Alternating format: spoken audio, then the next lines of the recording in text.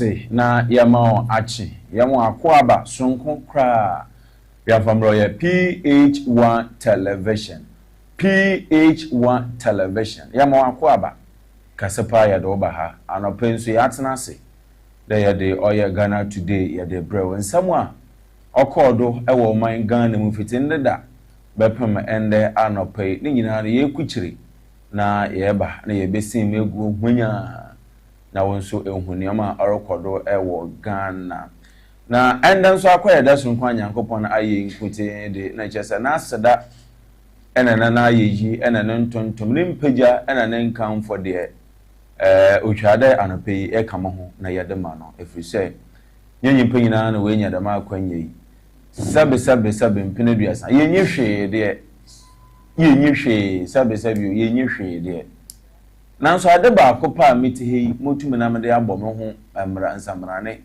na mede ahoahoa me ho na mama meni age ewom eye the word life life life me won kwenku ade na chese ni da so anape mu abamungu fa adwendwen ne akasakasa ne sabia ho kire wom ne nyoma bi erufom no fato nkyɛn anape sana pereji atumpra kope na de damenuoma nyina de atonkyɛn na ye hu de even though we don't have a car, even though we don't have a mansion, even though we don't have anything in our account, but in spite of all these things that we are lacking, still I have life. And see, for one to pay them one.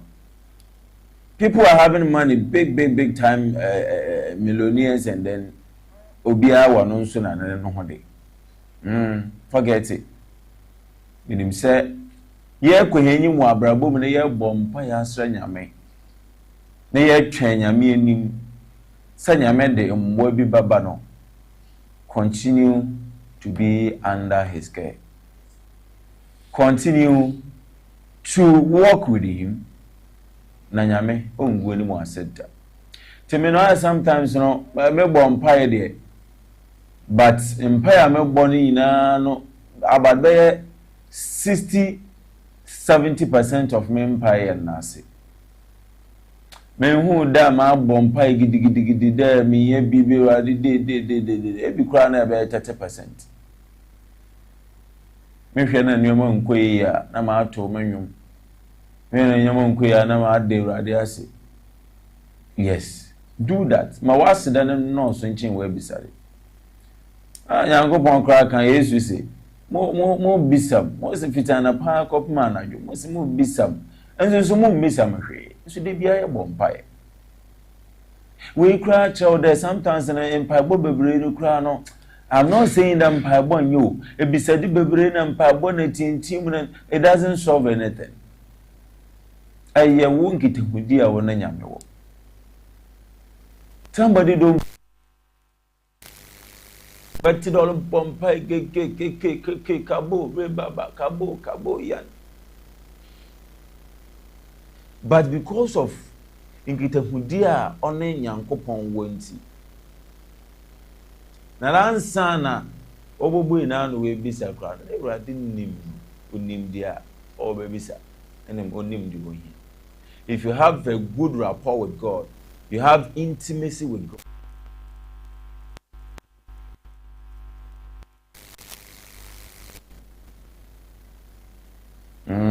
And the console bebre one prayer towers. Bebre na here for you. Prayer tower one or bompa my I want you why bono be any breakthrough. Na a prayer tower already here. More declared. It's all commission house. As of my man made me wa mani. Anyam pa bo de hu bia na be so for you. Nyankita hu di power woni Ewurade. We have a good relationship with God. Enne Nyankopon fa anyankofa. Samiti he mu isabe mpene duasa. Na nyame mfo crazy ye me papa ti ase menye no good rapport, good relationship. Enti me hie bibia nya afa na me ba fra me papa na manyina kasa tenten ma kama debi. Mala mo bodo kure ebie na oni me. we hu dadada me here baby oma man kasa mre because of good rapport, good relationship amenenya me papa wo pay have a good relationship with God. Now it's a wadam gitahudina nyame wadam gitahudina ma me wode sorry pe man me wode man mom pa kra misahwe because na de bia ye bisan so o si ye misahwe da nyame ase ka che nyame se nyame meda wase ka che nyame se nyame menwu ene makati asefo ene ya wada ene Wednesday won ene ukuda ene Wednesday Erade meda wase se wa ma Wednesday mpo wato Wednesday a very crucial day. Ukuda a very unique and crucial day. You will not understand. But sanyame amma dame ukude wa atwa na esora na sanyame omma mebedia omma adencho. So far as one more at the chinkotin there, he will make provision for that. Ni na begina kwanya ene onyankopon ba for that answer. Nkwanya ba for do nyiru aza na nto ono no mmompa enche pe wan you won kofu bebre ye kwa asoro kwa na you don't even hear them praying gidigidi ye kwa asoro ye prayers amia mitum mete platform ho ma na mehwe na ye somebody will not even open his or her mouth say gidigidi ye tenen kampo do ni anare bompa ye ku boko nyame tie ne ntamde ibotuma ya bompa ye gina wan name bompa 3 hours non stop le bono kwa because nketehudi a oda wo na yankopon tem na nketehudi papa untie obama exhaust energy obama energy ahode o mu nyina wondi nyina besiw at the end of the day hwere mfimba because nyeru ade ntie nye yankopon ni anyankofa beja o ma brabom enda bompa ya aba hwe nsi wo wa brabo sa mpa de ni mpa hunu no jaibo na kwewrade nim se ewrade mepada manyi wo fanyanko mepada manyi wo nyada minkitahudi no mepada ebatsena makomam mepada mede makwan ma brabo ina mede hyawonsa te ewrade efinde edekọ meyawode fi inde edekọ ewrade dan ma na mo chira me kwan a memfa so ama mehu akwan a ena nneoma mebeye.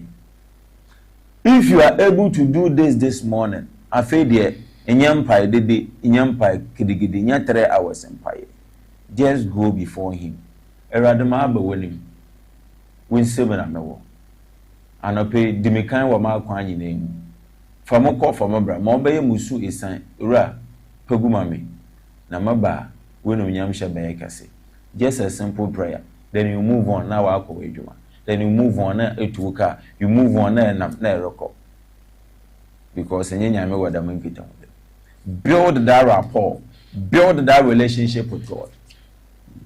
Build that relationship with God from now and the year edoko bra ma wonim bra ho so fi enda edoko ma wonim bra ho so meti ya na mo na sisi samenyi ho anya fanya wo ba menchen kwa na ebia na obaka do womma mi wanzo so ebia na ade a wo hia no emi na motu me de ama because I don't have the good relationship or they don't have good relationship with me, they will not come. Meanwhile the man dina ho wo hia na wo su ho na wo su ho na wo dwendwen ho no solution no wo me ho, but because they don't have the good rapport with me they can't come. Build relationship with God this morning. Say you connect fi na enye no wo nkitahudi papa esomni ya into tunejeje mu na esusu no mose kosua o mbisa odeba ma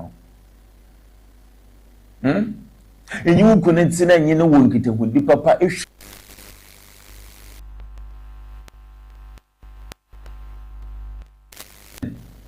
but he will provide for you.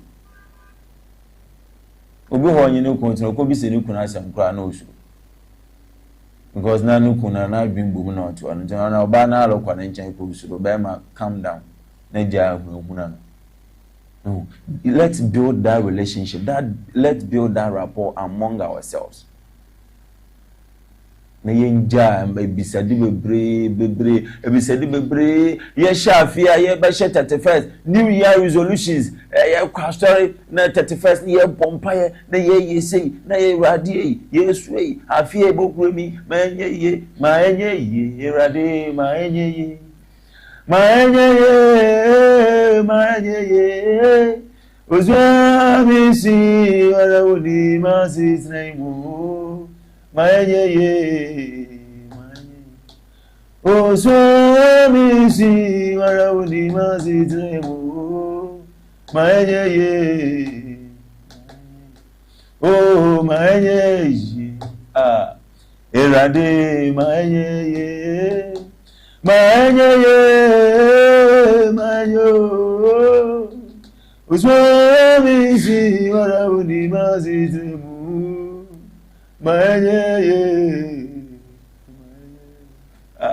the mempa ina nyumina ya to from 31st May Ansha na nyame ambemu a na yesen kuru another 31st ye erade yo yo abawa mi wi wala wujima sitina ye yo odendama ne June ye aka second quarter erade yo odufwe yo oswemi si wara woni medjuma sabi o ye odendama na 31st another 31st aba unsem na ye wo irade sisi ye ntomi engwa ye we another 31st nwo unsem na ye wo irade o sisi ye ntomi engwa ye o sisi ye na domi ye oya na kwanyi na mu ye unsem na yewo sisi ye domye wa adendama ne June unsem na yewo irade ebe wa bra binum wo nya result binum wo nya ho solution wo de bia unsem na yewo de bia wo na wo ni ma sitina mu ma enye nyame mfa nyanko bet me ma wa kumum nye fita yan Bible kraka o se Yankopon na soayi we siw amanzebonya from Bible say Yankopon na soayi we siw amanzebonya from Bible ntina chede enye mpai bia na nyametie ntina yemu bia bompai bo anso hwensi build that relationship with God. Kachire urade say urade ende yikuda bra mi fi na ma akọ adwumi mi fi na ma akọ market mi fi ma akọ office mi fi anampo mi ti fi mpo from anapa 6 to anwumre 6 urade mesha wonsa bobo wa kwa nyina to urade so proverbs bobo wa kwa nyina to urade so no ono no ba kire wa kwan say urade diweni mu abrabo yi mu a wohia hwe abrabo no odaho na hokwasa abrabo na yen yehuni sei no onna hokwasa onna hokwa enti sete wiase na robo bra na we ya wadwudo me bo abra ne biara abrabo na the life is how you make it enti ye papa ahohuma wo control wiase mprempre na no odene. We are living in a spiritual world. 70% spiritual, 30% physical, I'm telling you. Into wo benwo manyame onya wo Nyankopon nya wo puma because ahohuma ye nyoru diesi ewo ha. Na ahohuma ye nyoru diesi no we black. Na rekwaje bambo black. It doesn't pay. When you read the laws of magnetism, When you read the laws of magnetism. Laws of magnetism catch you say, not North Pole repairs, but not South Pole attract. Internet electricians, I have negative and positive. What can be man or man light? There is no way you can join negative over more light. And now positive over more light. You need to join the negative and the positive to give you the light. It should be balanced. I want to work with you on your black. Now also set the black equation on the way you know what your bribe. But when the black meets the white, a whole in a white no cut a black at all. And I pay for one coin in a shiva. When you read the book of Ephesians chapter 6 verse 12. Ephesians chapter 6 verse 12. I say, in ye when naming moja na yenya. Nenyi ewume tumfo akabacho adam woni ahohomo. Enti Bible me ati asere nti yem fa Nyankopon akonde ni nyina. Ame yetume gina obonofo ne ndada ano. This is what the Bible is saying. We to say wiase na ye wono ano odene. Nti wo ho a manyame endi ukan wo abrabom wate. And I just want to motivate you. Memo we nimbra ho so say ebotum asori de rekwadwuma. Fine, try, bokwa kobe wo shop, try, na roko. But nyoma obi abaye wo shop wo ma na dwono. Abra adana rohom nkrom no. Na wo wedwum wo ma wo mastermind. Wo wedwum wo ya nyoma. Afi ade bachi baba batna store ma me obi amba. Ade bachi baba batna store batna wa boton kom dam na no pa no nsia abo na asoro akọ enumere no nsia abo na asoro akọfi don't sleep man na cause ahoma yenho na mi ase no people are very wicked to the extent that once na water no go mi kura no ya neja but won so na de wonyi tried na mi wo mo mpaye wo chese wo to hot try because ade achem Bompire no pay. Koko to genim na bompire. Hannah prayed to God. Hannah bompire can't chire urade say. Hannah bompire so many years na bamba. But Hannah nyankopon kwa apam. Odu maybe anyame opa challenge opede eshenebufu provoke God. Before God will react on your situation or in your situation, you need to provoke him.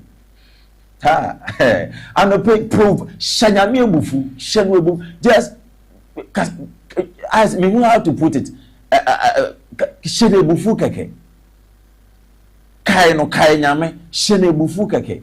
Provoke him and he will rise up to the occasion. Not that Mary from onimo another ohupa, but he wants you to react before he can act. React. In your reaction, God will act. I hope I'm talking to somebody this morning. God is waiting for you to react before he acts on your behalf. Enti anope acte shanyame ebufu hana shanyame ebufu ma Nyankopon keka no ho okọ onye Nyankopon kwa apam na nyame hyedwo no o se Ewurade se bo me mo minya ba mezene ba maw mezene ba chew ma wa asom ehwa na nyame keka no ho so akwawe mo menhwa ade se mole kin obaya na hana bompai ni raditi hana man sambo na ampanso so hana de samo okọ odifo eli nchan do nkwatena ne nche onsom no onsom Ewurade onfa no kra obi ama bompai for so many years mi hia ba onam do mo mi kunu kra akofo ba foforo na onye na awomma na meda ho ti aware hase me peba na ma aware egina eba ne ba ya edina akwama Nyankopon say onsom wa asofofie. And Hannah did that. Hannah provoked God. Hannah senya mebufu omanya mekeka no ho. Hannah reacted here in promising him, no, God acted. And I pay react. What do I want react? What do I want able to? And so when he had it, go, Domosuko, Bisa.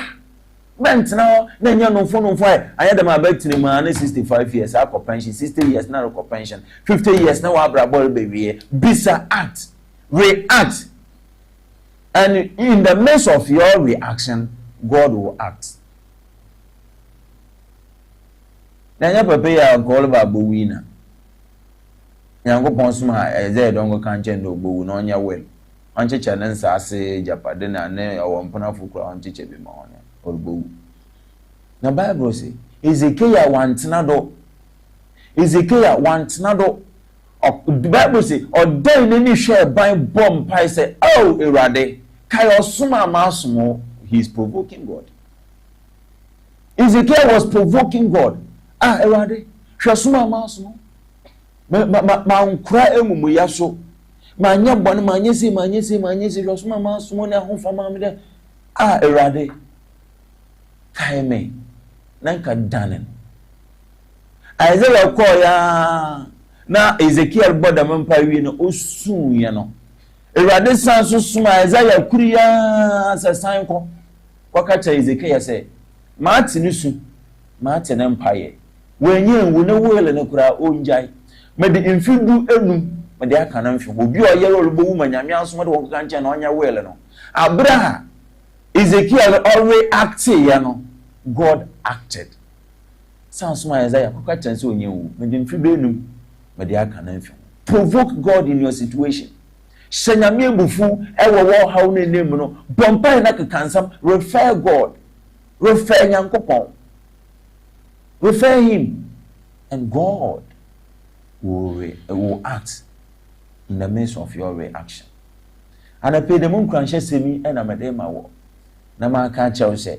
Yenina no yampa de and so she. And Panarabon they build one kasa wo spiritual strength when it comes to prayer. You are building your own spiritual strength and all that. But as to how one pine will be said na bisa no. About kanya me asu. Enya no ne hia. Ose ko won kukrum na bowoja empire ara. No obotua waka ewo guado te bompa ya kwhye ukukuru na bompa. I'm not saying some body onye, but sometimes no yam fa bisade no bebre mto nchan na yam kwa awurade ni. We should enter his gate with thanksgiving. We should enter his gate with appreciation for what he has done for us. Ni bibia no ye bisade bebre bia obi ebisa obi the 30 minutes bompa ya or the 2 minutes ba de awurade ase no the 28 minutes ebisade so. But one son bobo one na ebisa kra God knew. Na awurade ni mi dada bobo wa kwan she awurade nsa no pe na ono e na oba kire wa ana pe mempa bo amegbo ama wo a otwa to ne se awurade mfa wo nko na omfa wo mbra onyi araho mfiwa kwam onfa enije nhyewa komama na omma we ni daso awurade nkura wo nkwam na nipa bonofo bia wa boni tiri mu powdo ba je wo nkwan fu nsem no awurade nje no nkwa awurade ento pon ewo wa tamfo anim na omma wo kura bambruso omma yie ni adoye iniwechi kopme de awurade baba. May the peace of the Lord rest upon you in all your endeavor today. Good morning. Ebushamide ede shraba odro mensa. Me twa mo aba meba bagwafo na akwa aba na asem odegwa na pe no ya da atwe da mo.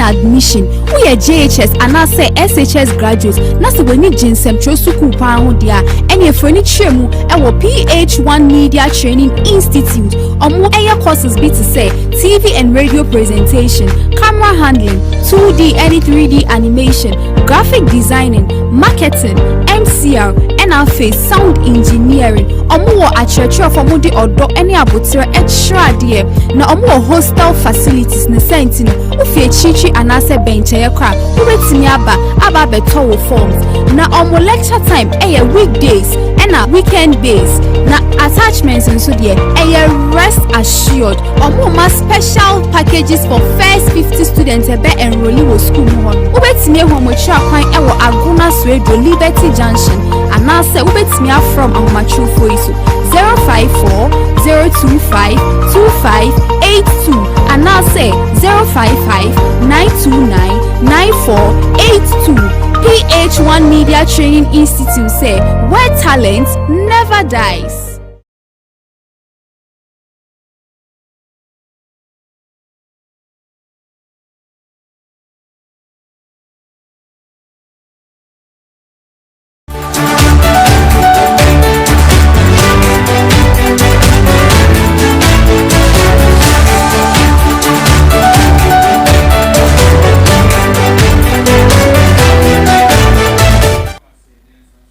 Akwaba na yede asem no botu gwasisi abare ma menka for Generational Believers Worship Center hanope memfama wo Bishop Isaac Osore papa mejide de bibia boko e wo Kumasi Akrante besan konongo me pocho ho bi oda wo do no fakwadan papa nyame ba fa nsa do no we free mo oba no ye awo adwuma sam no nkoyie impose good crash baby na obi antum nkonho ababo ho Bishop Isaac Osore Bedu enyim na wakɔbɔ mpaye etwetwem ema wonsa akan good da manso ɛna akontu ɛna pɛ in fact yare bi da woso aye sunsum yare a akon onko ɛde bedan ɔyɛ Bishop Isaac Osore nyame ba fa nsa so ɛba ɛnka wasɛm ɛtene n'enyim na nankasa ɔleda wa hintasam edi wo abrabɔ mu de akyerɛwo ntitu anama ɔmfa ho beebi ɛwɔ kokohia nyame nimpa na nyame mfa nimpa mfa nsa nto so na onyo fi wa hawo no mo adwo da bia otenase no emergency counseling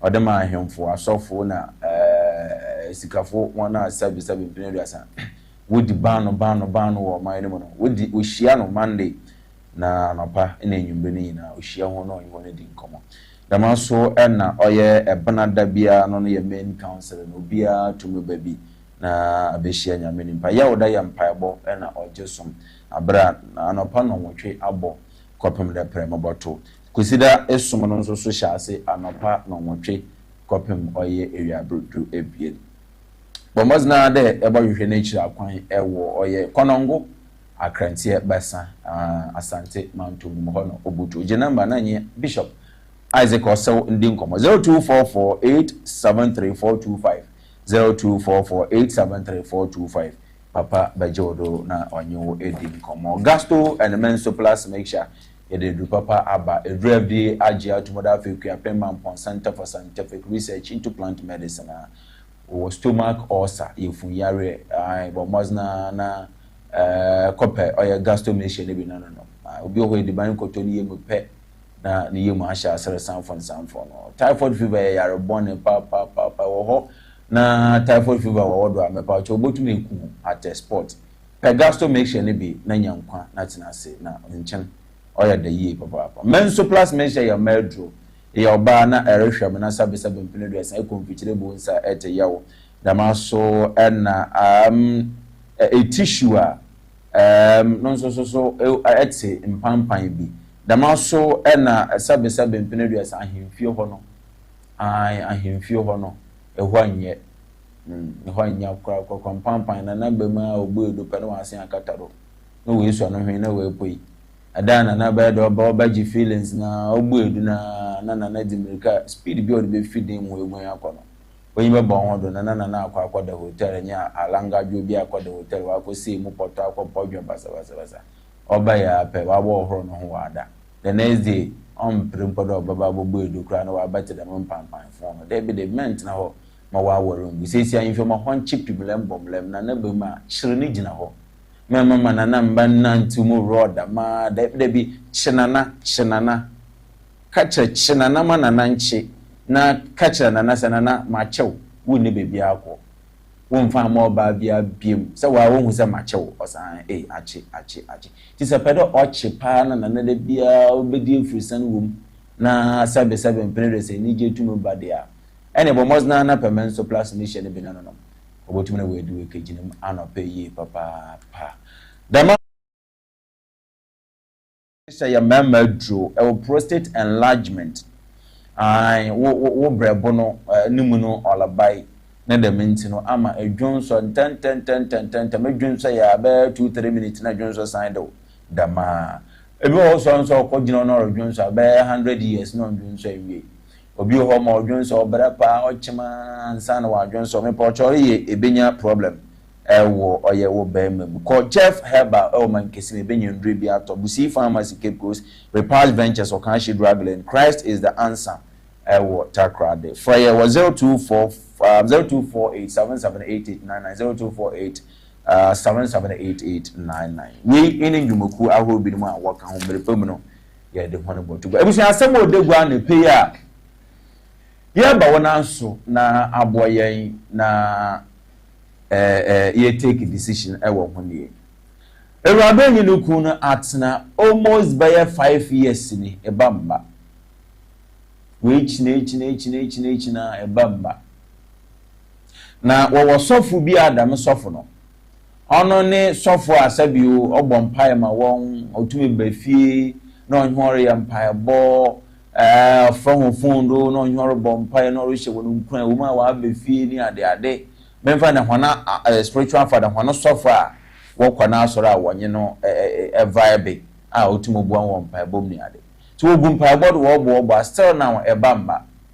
na we na dakro Ewurabe no so na nukuni ni ho ene ewuraba no na nkoten na owofie nti oho na sofo no bai ho sofo pani ni bai se oroba no wa bohwe ho na apom na wa bompai na ode ama no chesa wo ho mpai ya da bia ode wotu ho ana mo nti sofo yin maami ti ho mo wo didi nkoma wo didi nkoma all of a sudden ene wo hu da nkrofo bi I say am robbers we pay oye if you home home sometime na we pay home no and what you train through na they what I say we budgets can be that kind of oil style no na our best mobile no the only thing na what year in there wama raba no sister na da ho and we can't just soften there onye nda so for pay no mo member here pa bo here wo emama benefie emama bobo mpa ama na dama anwasem na rawozemi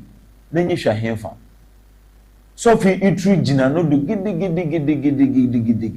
na hoden wahi ina ampa wo force sofi imonye ne church member onye ne dai na ensem ko yehonya awie na sofu no butu obbo mpa se rade fam boneche na we dide na esomame na itu gina maso nti asabio ya na mbaye podwa na mapodwe sofo so ji feelings pa because rabani and nice so kama na nka sofo anwo basi gina wosu mpo na ye ya nke ye afi na chiche sofo kura na nyina ya shinshan na nyi atwintwan sofo it feelings na we na anwo basi woye da madin wi ni wokwe wan fiska wan fahwe wan fa japade bia ho mo ba de wo ba ya no ena okoye within a month or two ena mami ofa yefunu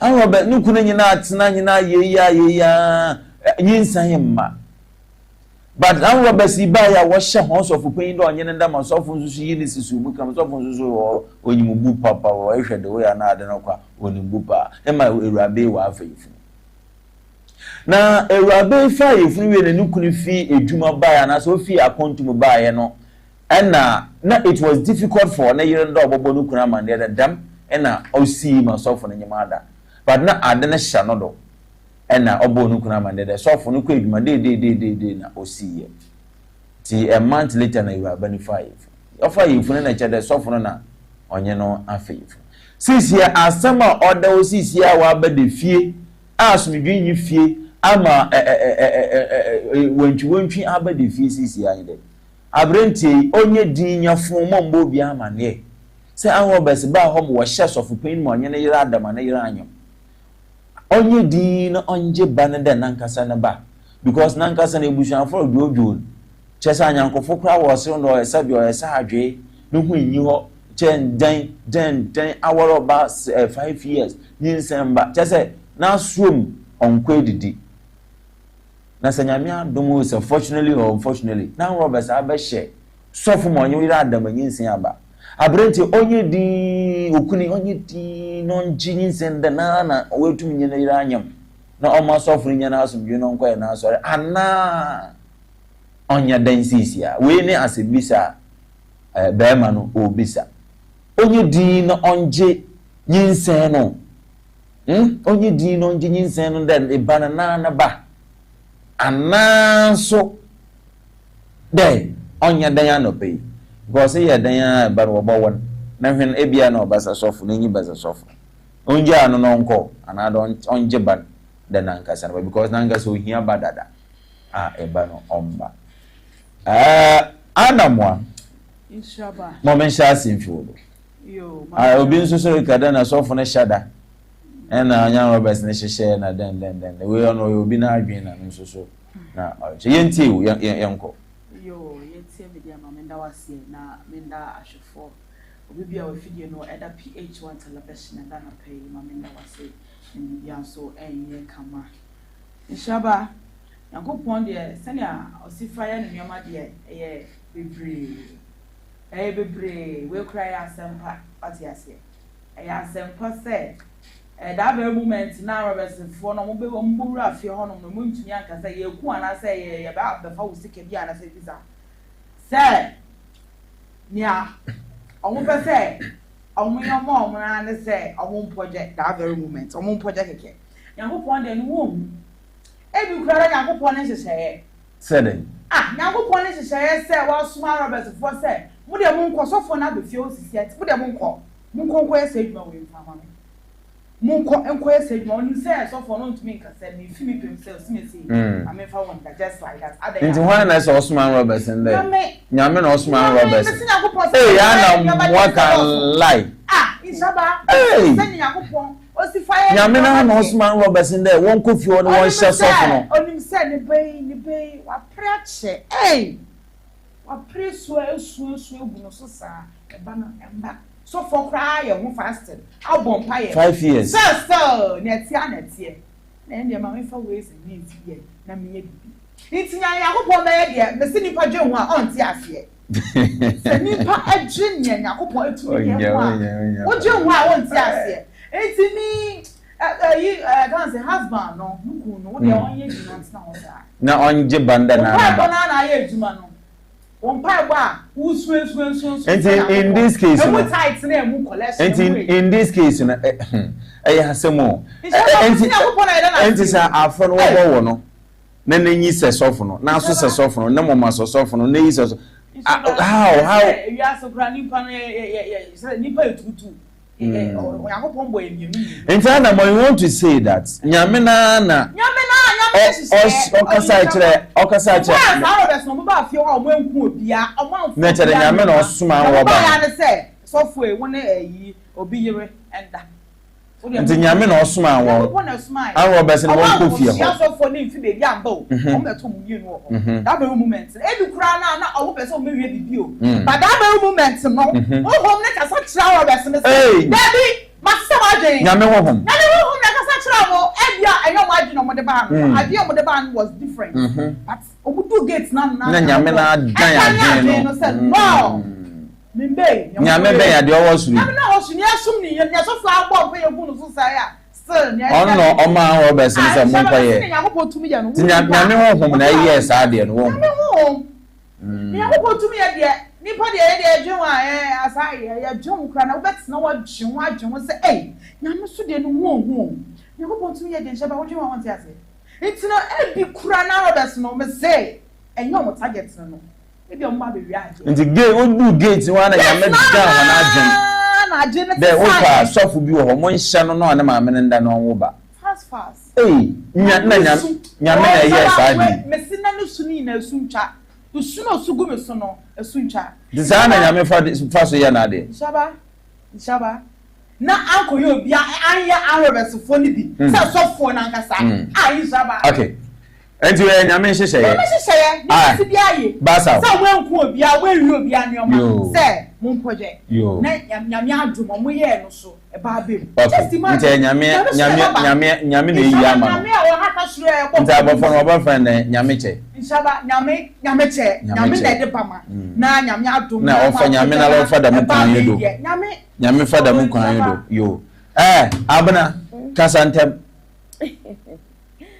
Ano fe mechi ahwefo nyina dey if you not also number mo donate now to PH-ONETV na wa rehyen na madam ase bebre so I'm not pay asamo o de bia amakom titi a very very enso na onye tia tenten dey ipo onenye dan second Jeremiah 11:29 not me ma adweno kwa madweno for wa asomdwe adweno nya musu asomdwe adwena nya musu asomdwe ya nso na wa abefie da mama when da do onye ewie asomdwe na wa abefie onye asomdwe na wa abefie de nti sanya akopọ na pede enwa eyi papa na yero no onye sofo no onye no kwa no onye no kwa wa enka odo on to make create bibia awolije mbum baba but oye den ye na 1 2 3 akosi 5 years motna now I wouldn't ban no all of a sudden okay for suffer no obey them.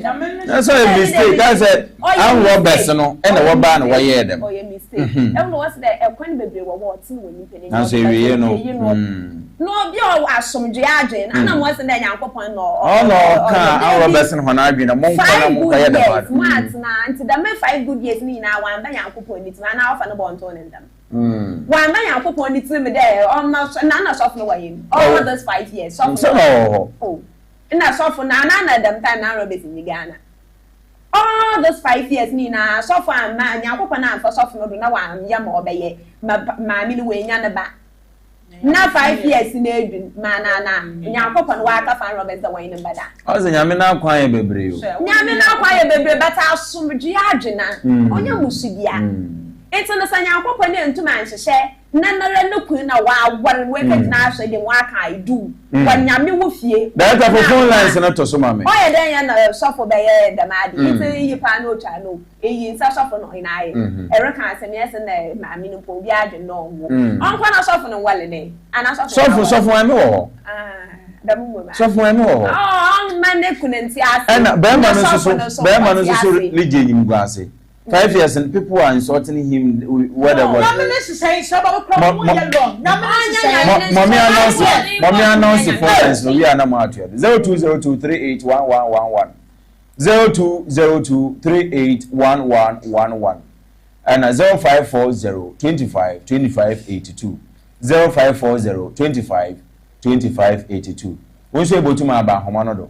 Na won so e de wa dwenkyere e de aba afei nti e yo nto menya nyame na hyehyei so for wa yel enta na yenyim da onya bo apai na obaye won de an Roberts wo wa baodo with itru na wa ma fa hwe na wodu ho na straight away so for wo na wo ne ma mi nda just like that bibia to me so ye mistake da ma so na so obey oboku ma mi no oja sofo na enka na so ye bakadan ya ono ye nyame nipa intina nyankopon we nkumi it's a baby to me see everything is possible into so we to wa aba na so wa wasa onye ne nda be na Roberts for be wo mu bi anyi wo na ho wo ana wa kwa akaje edu de nti wo ba wanye obi nda be de ye hu into ma wo so wa peda wa ye na wa aba ye or ye mistake na wa aba so for ma mi njuntum na maame no eje na we sisa we nyinsa no sofo no wa na nka de bi owolu nwale no po onwo owa sofo dia onye nuku ne dia obey de pa say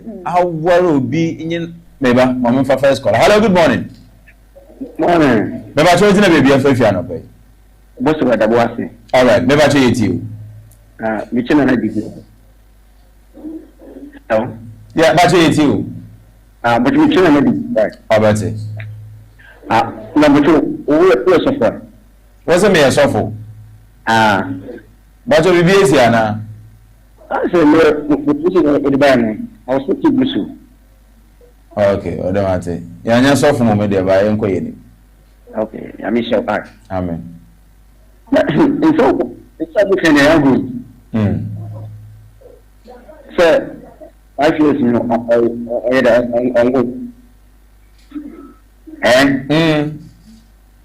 now I'm deciding. Awo be sa ko no wa hye sofo ndo onye ne member ne nda. Awo be se so ye da sofo no ye da ma de wi no ma me no wa nyinsen. Indeed, just I touch me. Oh, sofo no wa. Okay. All right. Well, comment again. All right. Yeah, that's for Papa. All right. 0202381111 0202381111 and 0540252582 0540252582. Also able to manage journey and on the line. That also at the wide at the Aba. Sisi anamawakwa kusino no onya den. Brother nje ebano den nankasa na ba. Ana so de ompa mewraba no onye sofo ni na wonko na say we sofo no onye no fault onye sofo no fault ntu no gina no na wo so onye na why sofo maame beti ase Bible akada ma me yewole bie ntu sofo maame lu obati ase do eba no mukun na ba but owale no orenye ye nti owode eku na maame nuku no oti ase de oyamfom na obai nti want na wodi but one sofo na nya awe dia de efuni the movement na obai na ado we fi ma abe sofo yawe enti obatina wo ne kunu beti ase owa sofo na pia obejen o wa beta ne chana wa onyini na abu ma atete ban but na yela besi awoso wokuna nyimbiri pamini nyankopon obeye enti da me na kira da nyankopon na egbu ekwa na atowa de hem besi ano otumowo enti bia na benyi ne na oyala obeye no wendu na se wona ebie no so wobobom na waaye wo wedru ye ya ana movement wo bo nkwa na wo bafo do wo be movement na eba na baba eba ne ya sofo number but on in chede awelije embla da 5 years if no dey ntem da so oba no so onya no fault because 5 years when tuma anya wan boda mabra ne nyi ba me bi ankwada now within that space of time na Roberts buy no wetum na wa wo there and e ba ma no so problem no problem to mention because they anka there a hospitals prove there obi ni problem and obi problem it's ni na agina there say ale ya akwanya abada wa obi ale na nwum gan we there yin sani betuma aba me betuma abi almost afi wo be ye wo hu edu okay all right and then what they all can say nyame na yi na eyi ayesa de we na da mu kwani na nyame fado mo obi ba ya na mo me ya says Cecilia to all. Cecilia, for this is the hello, good morning. Hello. All right, 0202381111 0202381111 0540252582. Able to my journal on the line. This is the experiment to show that the man is impotent. It's we cry na ebia wa hospital akwa but results na ngasa hu clear say if you oba no say if you be man no you know you can't tell it's this the experiment akopon ahye say no so fu ekwaye na obia hu sa beyi na force na everyone na la aka na everyone na say wo apola no prayer wo na wo ni be bia fu ni wo besa so for One wa wo ba o se ni baby answer ha It's when you do mama can yourself on the so catching so you do Ishaba me say you betumi awo akola na wo ni be bia no besa e so for no because nyame na yi amanti me say e be ya wo because nyame e yi amanti yes sir say ya hopo a se ni nyama no wo nipa what na wo say ya hopo o se ni nyama no what can I say? Na say we dey Shaba. Who started say wo dey in 72 na me say. Hello, good morning. I want to say. Oh, line. See what is wrong with the lines? Yeah. Also, nyame na say. What won me ya dey no dey free. It's ana mo reproach the mama won kaka ncha sofo. Sofo na nkasa da ya we. Sofo no ya we. Na ne ba wo there. Oh, Shaba. Enya na make say sofo no kwa no ade ne bandam no onye maame ne da wi no ogina maame no wa na obu kotudwe pa Urade chose Urade fam bo ne cham na nya me de sa maame no sofo no ni ba ti Urade ikunu no woman no born aman ne ye no born aman ne dam e na okọ edwuma no osiye e na na mo ka che say nyinsa na wa aba ono na nuku wo fa nhye wo ma me so funu de nyinsa na ba ya na adult da so funu do ya aware da bibi da me na we si but nyinsa na ba nyinsa ya aba onye ma me na da no nyinsa ya aba ai na mo ase da wo yele no na mo no bi li nyima so for aha wo na kojo nti wo ja ate ana mo le pia che de nti no na mo so funu mu de no be wo da mo na che de won but mo say da wonu nsuma oya tanya obeye bia wa akola ni be bia no be so for no nti bo ne be ne it doesn't matter it doesn't change the fact that police say that oya ba mo so no njin this sofun no feeling ewuraba no dada na wa sheda wa mo an Roberts pa de wo mo fie ho because that within that day ni na Roberts na mbo but that movement na sofun ba fie ho mo na nche bia na Roberts ne be fie nyame ko isi ono no ye nya witness bia mo anka ncha ye acha bi na so fun ko ne nya de girl no ye nya witness ma wanka inti ma ye ba kan do ye coincidence but the fact that be ka cha me dey ma be so fun ko we dey target o one nsu mo target say mo ko e ye do wa ye ma so fun de ayo mo target o mi so mo do gate na no na nkon nyi won kasa asema na yes mi so ana to mi ha na nkon wan fa da ma ko nyanda na wa ma wale na wa gwa no na wanwo ana me sinya ko sin of fa eye ne nwa eti na akwa na wa share da ma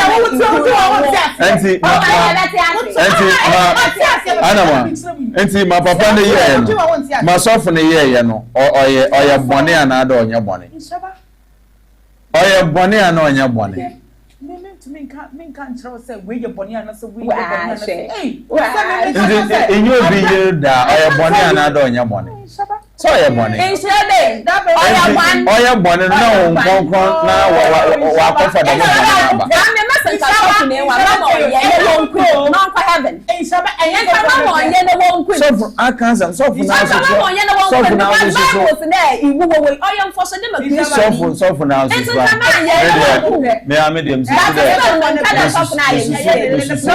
Mrs. na so so na nyijo David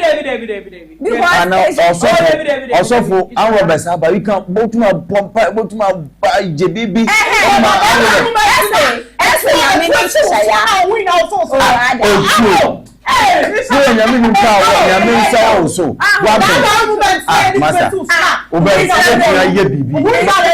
do something. I'm having to pray. And now one is there. When you better tell no, not well times 3 my seal now crown baby. In your one that it twists. It's not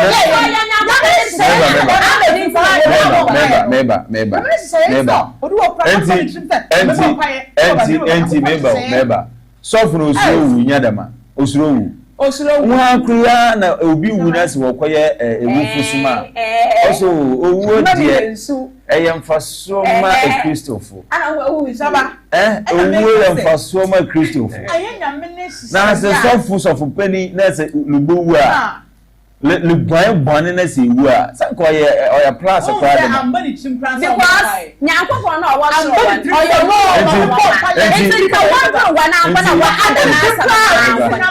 enti adam moment no sofo no we free da nyame ho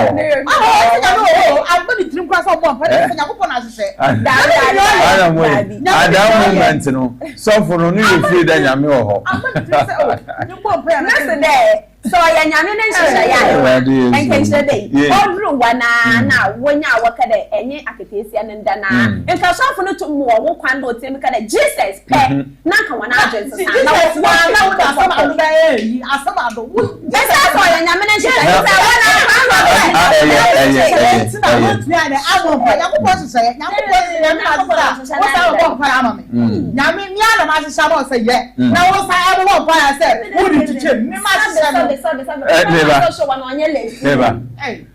enti ebusie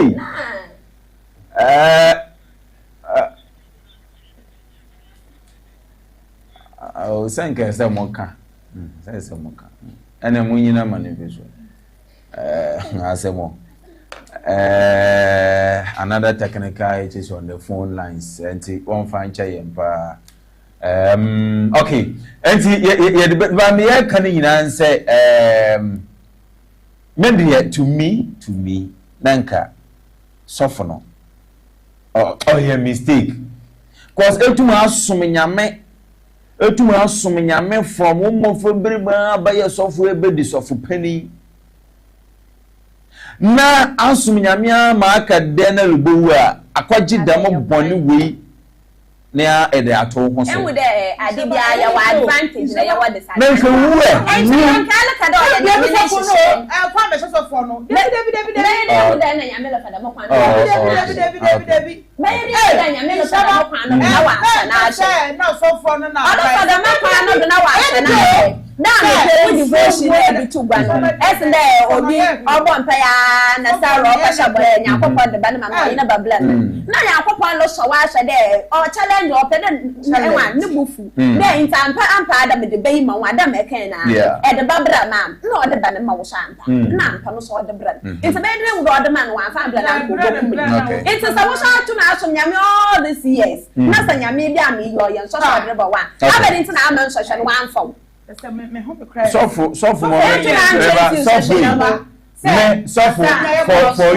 for you to allow yourself meba for this thing to happen this is no osuma in this case maybe say since anyame wo suru hwe na suffer so onya na adwen na itu no siri dum ode no enti we no in this case no odifo ewurade nim ana onifo Suffer do prophet Boaben o hwemi a send bra odifu John Boko na suffer a wo hwemi in this case no suffer no odifo an odebe because onya na pe itu no si no so aye na pe itu no si no so akoye boni ana so suffer ma itu no si no so na wa ma na we preach we wu fo so na asan ko de e wi yo ko so de ma preach you know enti asema ye bisa at the end of the day e dey we ni say ana suffer no wa ya boni okay neighbor hello okay good morning asan for them Good morning. na to odi na baby afafi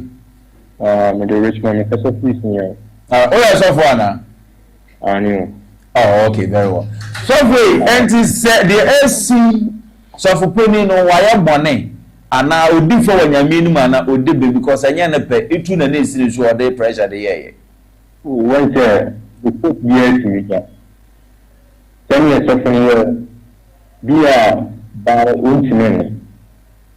Intia ya me fa na adi ni fie. Any mistake. Bye. hey so for say any mistake na nyame na shiti da na mo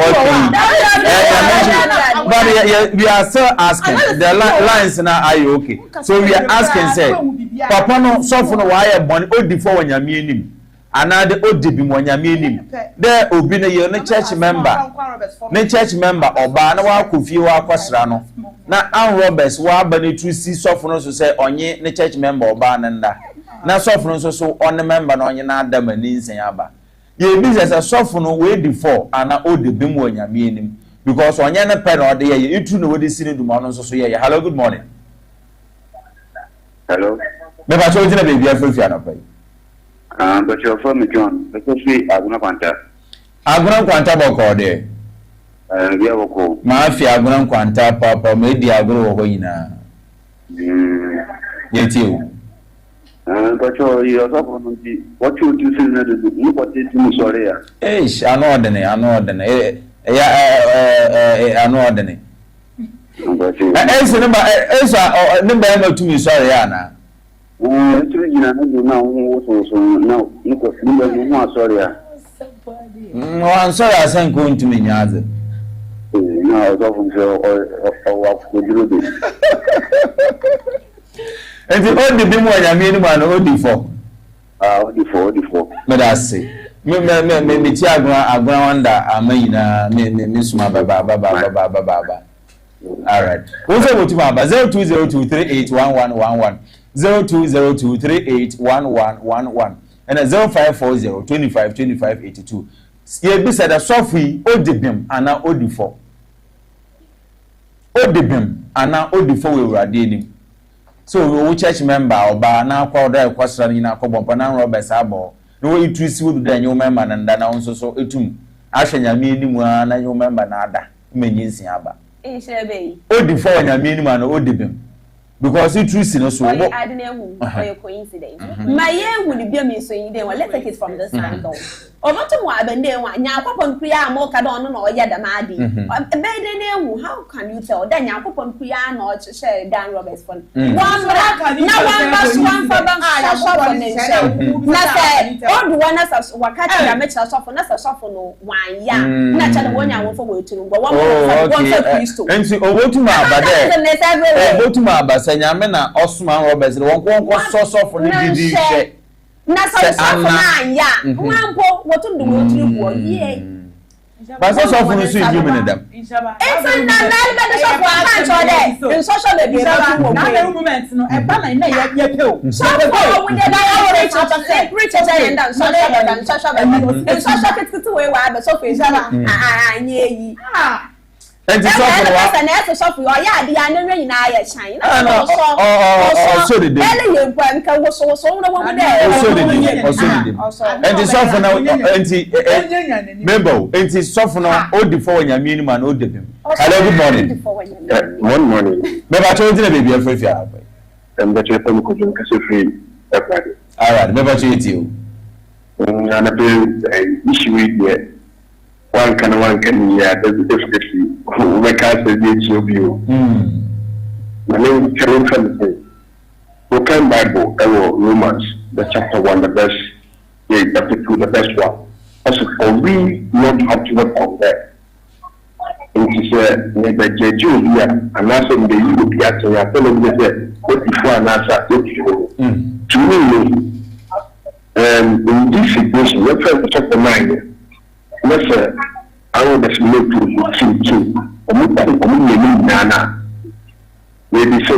On the vision disciples, on my head, another my head.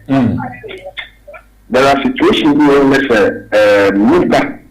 Well, the new church is move back. But we quick judgment too much. Because sadly, in a bit personal life, I can't be. Why you just look at papa that's not judge but the message to the first one so we don't have to condemn oh dear you be very free some mistake no work you be very true okay we can only say oh the man who can be the side you no abandon you might not know it's now can be you say oh before na na me panga samba na point yeah that say we dey say nyame na anyansa nchane nti nyame na na obetre 0202381111 0202381111 so for no odi for nyame ni ma na odi bim because na sisiri kan sem ebia na nyame na ofa kwam dan Roberts no nko so for no nhwe ndi so for na anya na Roberts ni du motrego na so no so ni tirim no nyim da dam na ebia na nyame kodo ye nyakopon no baka nchirawo intrusi no so oda na ye na meja nyakopon no nto me baka nchirawo da masuma Roberts wa bada wo be ye dey insist man ye bi inshasha no leba inshasha no so leba nyasam kakraba into na ya shop pa na dash me na ona papa na okay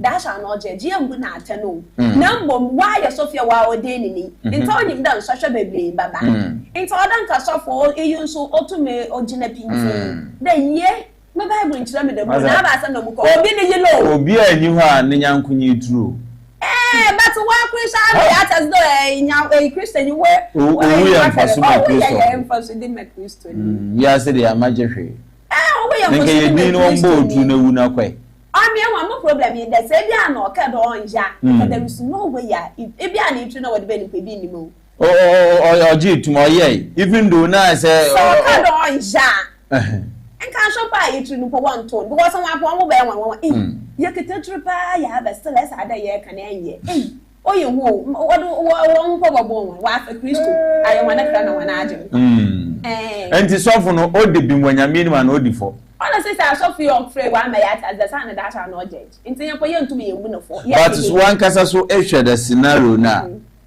The soft no Hello, good morning. Morning. Yes, I could get a massive, but I could get a massive video. Okay. Now, yeah, the Union Banner Canada, the name Yarding.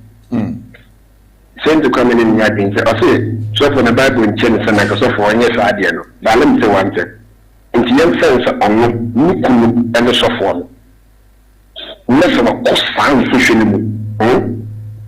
or new view.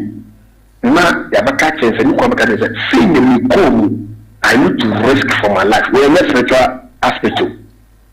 We need them on the cocoa money. Bible can say we need them, no money, we are the young franchise. But when a coincidence is, you see, also instruction, the rubber. But how are you going to get out from that instruction? And we are talking now, Sunday, Sinasia, and Christians nowadays, among them you see, and instant judgment you put it. So for me, you go. Sadaka on your table, move the family.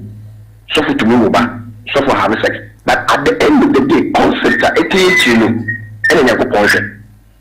Makosa whole Mumobia, let me bring past through this. Mumobia, US, or Cobon Prama, the church member. Not so the church member no act upon in the situation oba or money nada. So for me, I want no set a trap. Sa one cohono, you could be mean call, but so for me answers to me call. But at the end of the day, no, or do open the middle poor make it also share one man that makes him so of call. Two obstinacy, over choosing your way. Oba kasa or no better. And that's the better the miss about this one any better. And you're highly spiritual that Oba. Oba to make it one and no problem. But we will see or call soon, or yes, sir, or just what you saw. Get this hair, we'll step it out, make it come so we are called for. Only option, yeah, but I didn't want yet. Exist go at the one. We can't say, while some Italian boxes missing, you give me get free or body free the corner fee. So can you just imagine? I don't want to say, Misano, the year for me. We shall be trusting her. But with God, all things are possible. Okay. So I know we see we remember Masa. And then discussion with us when you have right. Yeah, that's it, Papa. What's it, Nyabotre? Now, Brabon, DBR to unfortunately, in the end, to my first sports and Bremo, and Tinomotion and so my, I mean, I'm watching now. They are working on one or two things in the sports and on to my work on Monday. Asamia, Pepe King, or that's a boku, Morican Onion, but the son of more catch. But so also see you Basawi. Yea, So from so in Yimpa, yet will be also you to the drama. Can you always hang it? Say it here, and Uncle for 3-4, Macadams, Mancad will be for tomorrow. Now, how in the studio, how move, is it my wedding in our Ampa. No person. Mantaba ina. Sana mo ba catch there or yan ko nation say. There one for one and Robertson plan 1 year of one again and yourself from that daddy. Nyanko no to me shada. Sana ko no one she said dem bi sha on a make sure day. En ko man no kunala onye nda because no kunna wa walan. No kunna na sofa na me say o sia me ne she na cha nya me no to ma adi nyina ya. Ano adent na o me no kunna wa one for 5 years na nyi gba sa ba one fan to show you said no one. No, my soft no walk or a no women or something in bad. Onye mention say, Onye mention said Ann Roberts for one bra. But Ann Roberts who are on a like a little to no soft went to in a warm and a woman. It's another crap, no, mammy, no, all my softness accident in the bar. Papa no so anti there Obia would do a mistake. Now when I want now, you couldn't you want now one walk, one for soft the bank come and once one more wobbler a buffer from Baba. And it's Obia neighbor Obia a the woman or lady name. Obia would on you. Now so far as our on you kun eternity. The perception of many people would be like say, oh, on you kun on your this obo na obowodo oba no wode na akoma sofo no na oba na nyi hwani ntemu a it will raise so many questions as to what is going on hono na dame issue ni nyina baba impo no obokwa kowie okuno no deal mgbasa brana san okuno no hwani ho because you stayed with your wife for 5 years you've been having sex with her regularly because you want obeninsen. Now within a space of a time or a minute, now Robert Sama suffer no one them out there. Then it raises so many questions with regards to the fidelity of Oye the husband. Onyashi. Inti ade ntina be ma no on jafo no on kwata ne nu grasi na so. Na wo ma yeti ase wan we odi ade. Osofo no na chede ye ntumi embu ne fa do ye gbana na wanya gbana. Inti da man so na sa wan na kama wo ma no kwani ndedi o. Because gbana wo we onya dan onsuma. Okay, yeah that's. Inti wan to mo wo. Okay. Na wanfa na wanka de ye nka nchi obi a obi bete. When I go by what I can, some I can't be no so the Obia Betty. Obia Betty. Into one more Bianya where one will soften no better than the wine and come and once not for one. Okay. All right. Adam, I see the uncle. Shaba, I didn't say, young fossil phobia, Babian, more Bian, or Yabia. And I mean, I have 5 years, you will soon have and I let for being a kuno. Now, what can I say? So for me, the mother for me that. But I put on Okado. I say, no, you'll be a young Pancada. Now, police say, no, Messiah does a plan on your target. But that is a phone or whatever. Now, when I met our lemon, but I make us say, every cry in a while, you did the on ponies. Never to say, it's not say, and Yaba, a Yinukuno, or more among Jintum. I never will I'm feeling so. A banana, one suffering, entire wide in there while I was bad. No one was sitting there, but on your back. It's at 1 in 80 years now.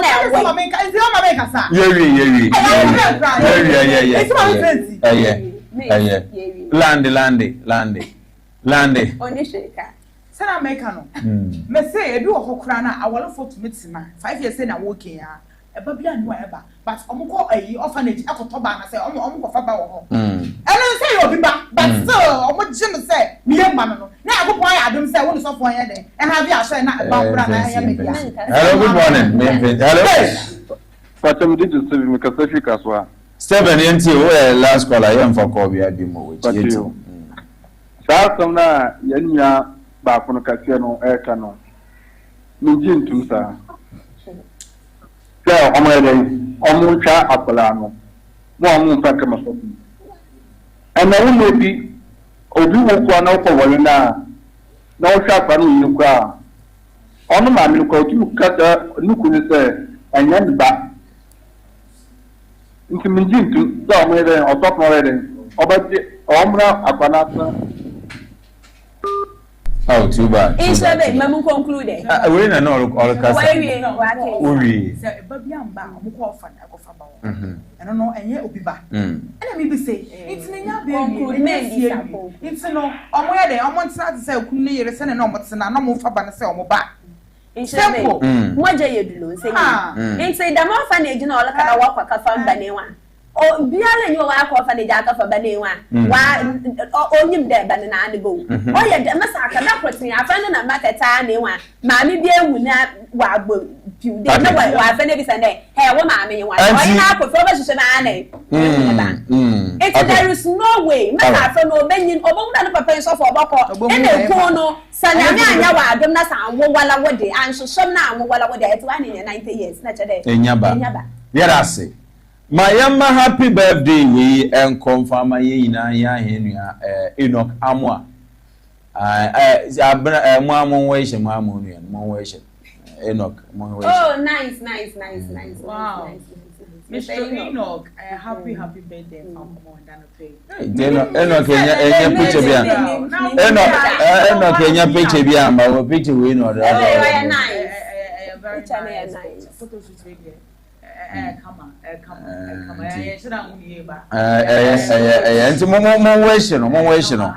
birthday. Nyami show. On shopping, not on you fear doing what's in our Shabia. Picture about coupon or the buy and come on the balcony also. Nyakopon soon. Anna Balcopon or send about Bremo. Bakubi or she cool to say, cool to say, suit me out from you. Mr. Enoch. And to move on, I'm on phone on moment to so. Me as is aha. Sisi na send the message. And to suffer daza na suffer them. Also for Enoch. I could suit to sham fatana kra. Also for Enoch. Happy birthday. Now when you show I on work mother be said na on broom. Consider be kese pa no be radio njao ono onyi madwin papa odwin form ho no onya na damara on form maw When me send a birthday party na record why. Mr. Enoch, you find a birthday party na record o always a birthday party na one bedroom pa face kind of sending in yanka say about swag oh no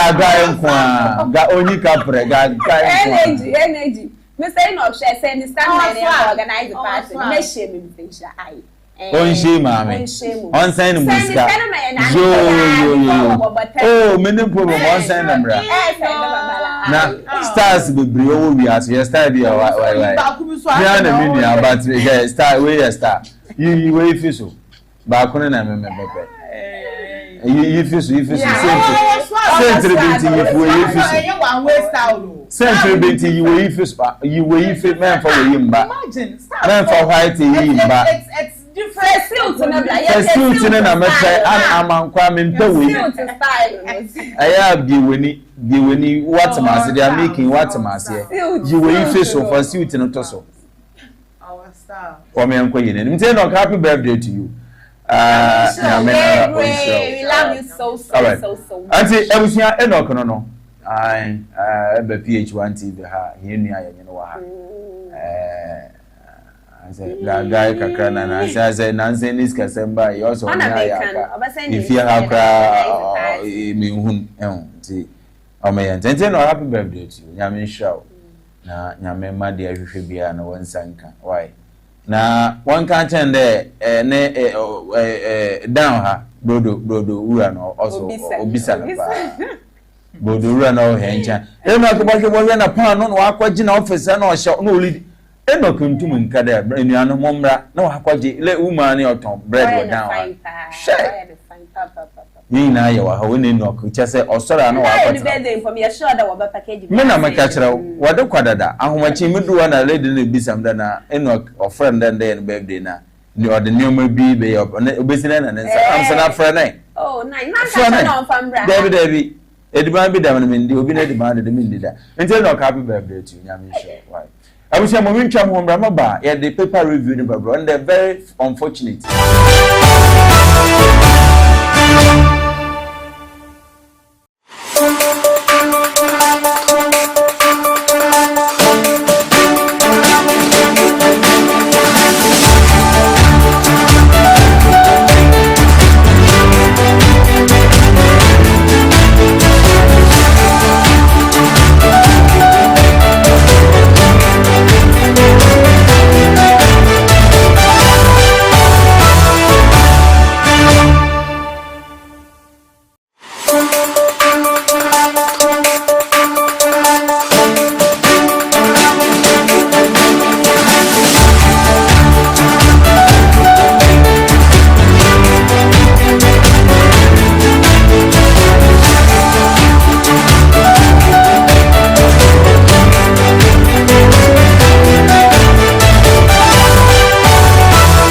Chiamo Ghana adeshimaima e frame egudie ene hiso hu mo kasafuni so a na ye mmebuno enti ena me wa ha esan say won ne ye ndache enti ehu hia bebre say ye ma ye ni eko won ntete ene won hwe hu wo dwumedie iso ye be kasa afa hu mesua hu ye ndada pomodine na ya tenetene na ya kyerkyere emmebuno e won ani so ade hu no a broni frɛ no say career guidance Enuti na PH-ONETV ahihye dwumadie soronko a wato din the youth focus ama aboa mamabrabo ayefe ayakono na ayekrabehwe na aboa mo my Ghana so enya ne to ma pefra enunti chemo PH-ONETV ebra de sa dwumadie ebrewi awofo a wo hwe me wo so chefa wo enti eduru ho a fra wabofra na monsi nkonya bebu na wo so wo hwe me fra wo nyanko na onfre ne nyanko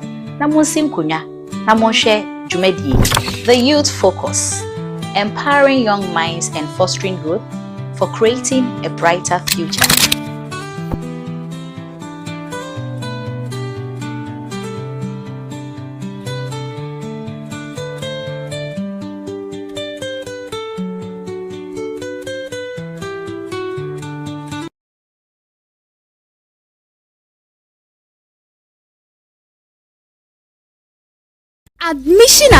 Admission. We are JHS and I say SHS graduates. Nasi we need jinsem tro suku pa ho dia. Eni efrani chemu e wo PH-1 Media Training Institute. Omo eya courses be to say TV and radio presentation, camera handling, 2D and 3D animation, graphic designing, marketing, MCR, NFA, sound engineering. Omo wo achretre for mo de odo eni abotire extra there. Na omo wo hostel facilities ne sentino. Ufie chichi anase benche ye kwa. Ubetimi aba beto wo forms. Na omo lecture time weekdays and weekend days. Na attachments nso there rest assured. Omo ma special packages for first 50 students ebe enroll wo school ho. Ubetimi ho mo twa kwan ewo Aguna Swedo Liberty Junction. Anase ubetimi from ahomatrufo iso 054 025 2582 anase 055 929 9482. PH-1 Media Training Institute say where talent never dies.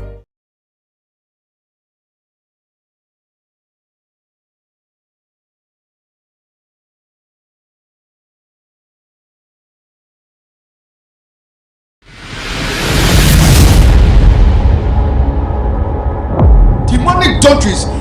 The agency say baby. Last year 2023, man shampa what that.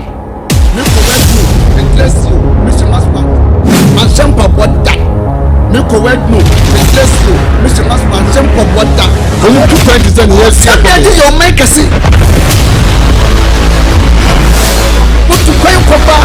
If you know your number, if you know your color, if you know your angel, if you know your element, and if you know your work, about someone say, and if somebody your man can say when to talk about now who's in more you. Now me no man can say, oh man, make me carry on.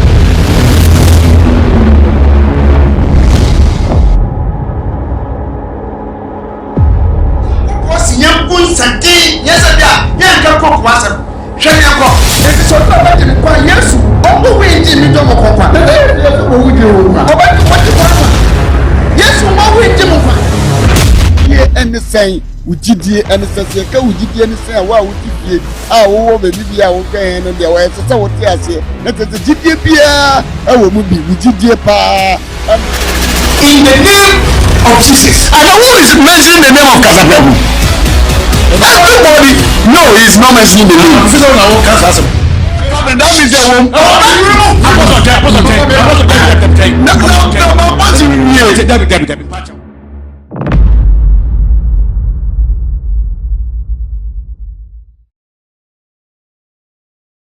Minim ni ada wa kuma so ena na tufan minim ni eda wanu die nti awo ha ne mom se nyame be bi nyame tintama se wo be bia na wata bibia sire nyame a odofo me ma wakwa aba ediba prophetic hour so ewo PH-1 TV sa ho se edie ne so me hawe mu edie na ekoso aha yesunsum adwuma ye behwehwem na ya pense mama wahu dia hawo enti me fa konya we so aton safro chiame prophetess mama ya obempo Thursday bia Friday bia anywhere 8 to 10 p.m. Yes, sir. Whatever you say, dependable God. Oh, Gigi, them sitting in syndrome. Have your way, yes, have your way. Yes, my champion defender.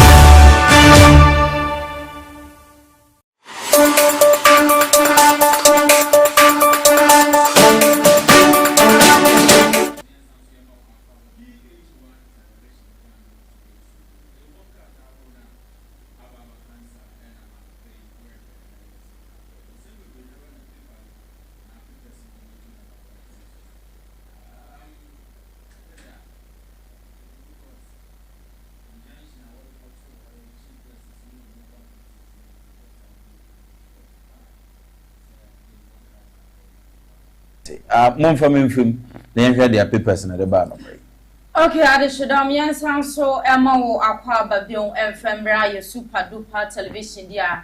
Na PH-ONETV Ghana today so sene embrason say yet na se near de ayedo brakata no ehun pensem na so enso e de ewaso na wotenia ekoso e wo man kronkron Ghana dia na the daily guide ene kuminsem e da na posha daily guide kata fo atoso miensa na sa injunction ya jasa ye omo basa yemfa to ye chief justice in suspension won say nsem ya na jasa ababo to abantensa Supreme Court enyanso abonso edi egu a wunya daily guide kata fa atoso miensa no anonso ubati emu ensam sa so na wo hwa daily guide kron so hwa so say telecom staff figured in kidnapping case enonso wunya daily guide kata fa atoso nsie na enonso ubati emu ensam daily guide kron so wo hwa asewani say no so am kata fa atoso mienu no so dia na eyade former Vice President Dr. Alhaji Mahmoud Bawumia thank you to no na oduko piem ewo boko na kwehia hemfo ene empenifo akodrom na odu to amuanim se akwamia ese NDC fo omokeka nsama de fefa no se ono kranko odi ye boko omon conflict e won sensemo mo no ene jese odi mu akoto sensemo omokeka ya yina baako enyu aja se eye no kre esanso na asonje ene chase ono nso epe enu nti atoto asre eye adehidom omo bako se de nyama begugu akwem se na be ya ntoko ekwaso ewo bako no esonso betumi nso etuna bia so etumi nso aye kama we ensam wa Dr. Alhaji Mahmoud Bawumia nso ediko tuja abro ko sha adehidom omo bako na saso ena delegate kronum nso wo hwa ase se chase bisu get 200k bill anonso ayen samwa anonso wunya daily guide nso akata fa adjosu nsia nso am anonso ebon doro enda anape saso ana ade hidom bekaya na ansenya na boto adjuse ye self judicial ayam demo nso ekwoso techirenche ewan kremantom na namso ema minority leader Alexander Afyoma kenso ede wato abontense throughout omo demonstration omokoya Jubilee House no akwame susu se police officer bi nso ekobọ no ene na asefo ntino wa petition no nso ekwa adiyama IGP se onye juhwomu enfa mpa ye sanse entwe ye so mu yomu demonstration police officer won so betumi nso wode wonsa aka no ntino onye juhwomu so enfa mu a no nso wunya daily guide ka fa chesen sia no so no nso ebon dero enta anape obasisi The Daily Statesman, Esha Wana, also NDC lied against me. Ofi, Omampenda, Dona Bedechin, Dr. Bawumia, and Orekam. Also, NDC lied against me about Boko conflict. Morika United war Boko conflict, Boko one, some Toko, is one, I don't know. Or you had in this Amayoko, no, watch out, she can say, with it, and FI, the Daily Statesman, in your National so also in summer Waraka ewa wanyen. In faith no one no so the injection application against petition to remove CJ dismissed. Damaran so ena eba na so one so 26 honored at the Diamond Excellence Award. Na chada man for row 26 Indonesia and then the Diamond Excellence Award na waye no once wo to me na wo hana won wakano sonko crowd. Damaran so ena committee on works and housing edges swift action on flood prevention. And so no committee committee on works and housing. And then there's what they and send you Google watch there. One how do no flooding one prevent flooding. I will see if you are room with them or be able to know what can ever man gun. Okay, Dobakatano and just your gusai and so ya de somewhat water and some dia. Now, my mentor so and famous dia na delegates and just a minute so at the ammo. We shall delegates as I say, no so dia na your children ministers are who draw on move with papa almost a contract beer a year or rat to force and so I approve here and answer for most say. Or more any angel who Baba say, ya, Pion, the Shabba with your dear. Now just as for do no more on so. omugwe fugidije no so enye asam ketwa sa so ana wo hwe eya daily gist kron social so no say no so dia na owura Alexander Afeyoma ke no so ne petition no so wa tron detenten so e no so ekwade ama IGP ni na enna maye police officer bi ono so say or throughout demonstration amokoye yanom okobo no ene na so for say IGP nya bihwemu emfamfa won se na be ya no kwan so betumi so added na bia so etumi so akọ enkanya won sam no so na wonya delegate so a eno so ebon dero enda anape sa so na de shidon ba kaya na san ena eboto odya sem sa chick bi so de ni sugar daddy so akokopie mu a court won sensam no eno so aboto abontene sa chick ya de aye jeli no enso ewa wucha delegate so am eno so ebon dero anape ntino sa chick no ye jeli no won sensam no so wonya delegate so am wokin kanya no so beti emu ensem sa so na nso aboto abontene sem Supreme Court nso agbo injection mbasa monitor chief justice ne suspension ehono ya chemu a ya bo edi egun so a the delegates nso wo hwa katafa etwa so miensa nso a eno nso ebon dero enda anpe saso na delegates nso kro nso hwa katafa etwa so mienu nso a ya se internet lab bi nso lisi to two Ghanaian women so ko piemu ewo eye na adwani na se kidnap omo internet your dance semia bia no question on Facebook and say YouTube and na so bia ya chat na so for amunam sa kwanye nso so mo kwapi won Nigeria je ka say ade a kidnappers fonsom a kidnap mbai wa eya mienu a honsam no nso wunya the delegates nso a no so katafa echa so mienu nso ubati emu nipples radio nipples radio kra na because of odo ekoshia oba bi wo Facebook akoshia bema bi wo Facebook na mo akweka munnim nimpa no etumi fakafia mo akwa Nigeria all because of koshia odo if akafi swedru anaman kesim na akwa ko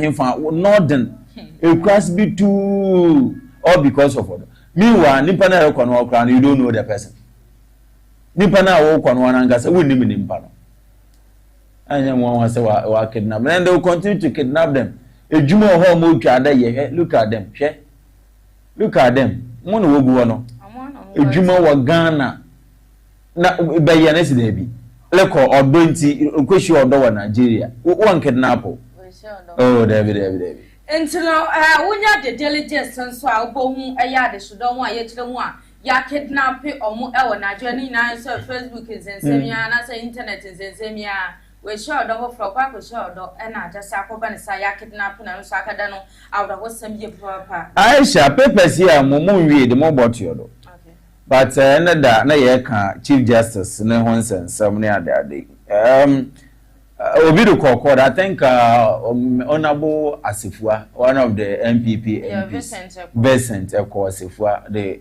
court there or the injunction or court or chief justice ne removal process anodo na ended then oboto go the court abuegu isi ended then America chief justice the obeya enka on resign because yet Ghana how mu yenyim how politics no osiko. I said it yesterday say the woman will not survive this attempt to say we will remove no. She will not be successful. Definitely, a can be also they will remove her. First step in the injunction, or they go to the court now. Even it was a slim margin, 3-2 against Oya Asifua, but that is the way it will go. Sa na ade nbako. Dama na ade nbako. Enkonkosi aga. The Council of States would convert it, Baba. Onche, they will come out with it, and the president will act upon. I'm telling you. Chief Justice Utoko Nupa, the Miami, one personal norman, come here, my friend. The Mobaya, a bob way you yam resign. And then also I said something, say right after, are you people here? Right after Chief Justice, the next target will be electoral commissioner. Now, another maka asem na bebre na ebia na wona manyaage since ya no petition for so assign aba for electoral commissioner in the year America another petition akọ the electoral commissioner petition ni na no kon ni na no remover because for you to remove somebody you have to petition first step and they've made a petition on for India boy Imani Ghana and then they what we see what petition or Commission on Human Rights and Administrative Justice. They will investigate electoral commissioner about incidents and instances, discrepancies. Was succeeded because of the man the Muntuna Ochi no wa bomb say e we sika semu na ode conflict aboto amanyeku intem na ama electoral commission edwuma no ase enumguase aba ho eyini ye bebre mekada me kan ya ha me wie ho claims ni ye bebre kwa entin wa petition or human rights and administrative justice the one here na one investigation to that effect boba yetena ye kan asam a yenim de ye kan yenim de ye kan ni de ya na metaha ena message say we chief justice will not so and there's a ruling by after ye show no Supreme Court ruling by no na here ye show I think we are bring mo baby you know about the Supreme Court wa abo petition egu but I said it here say chief justice will not survive definitely so far as a petition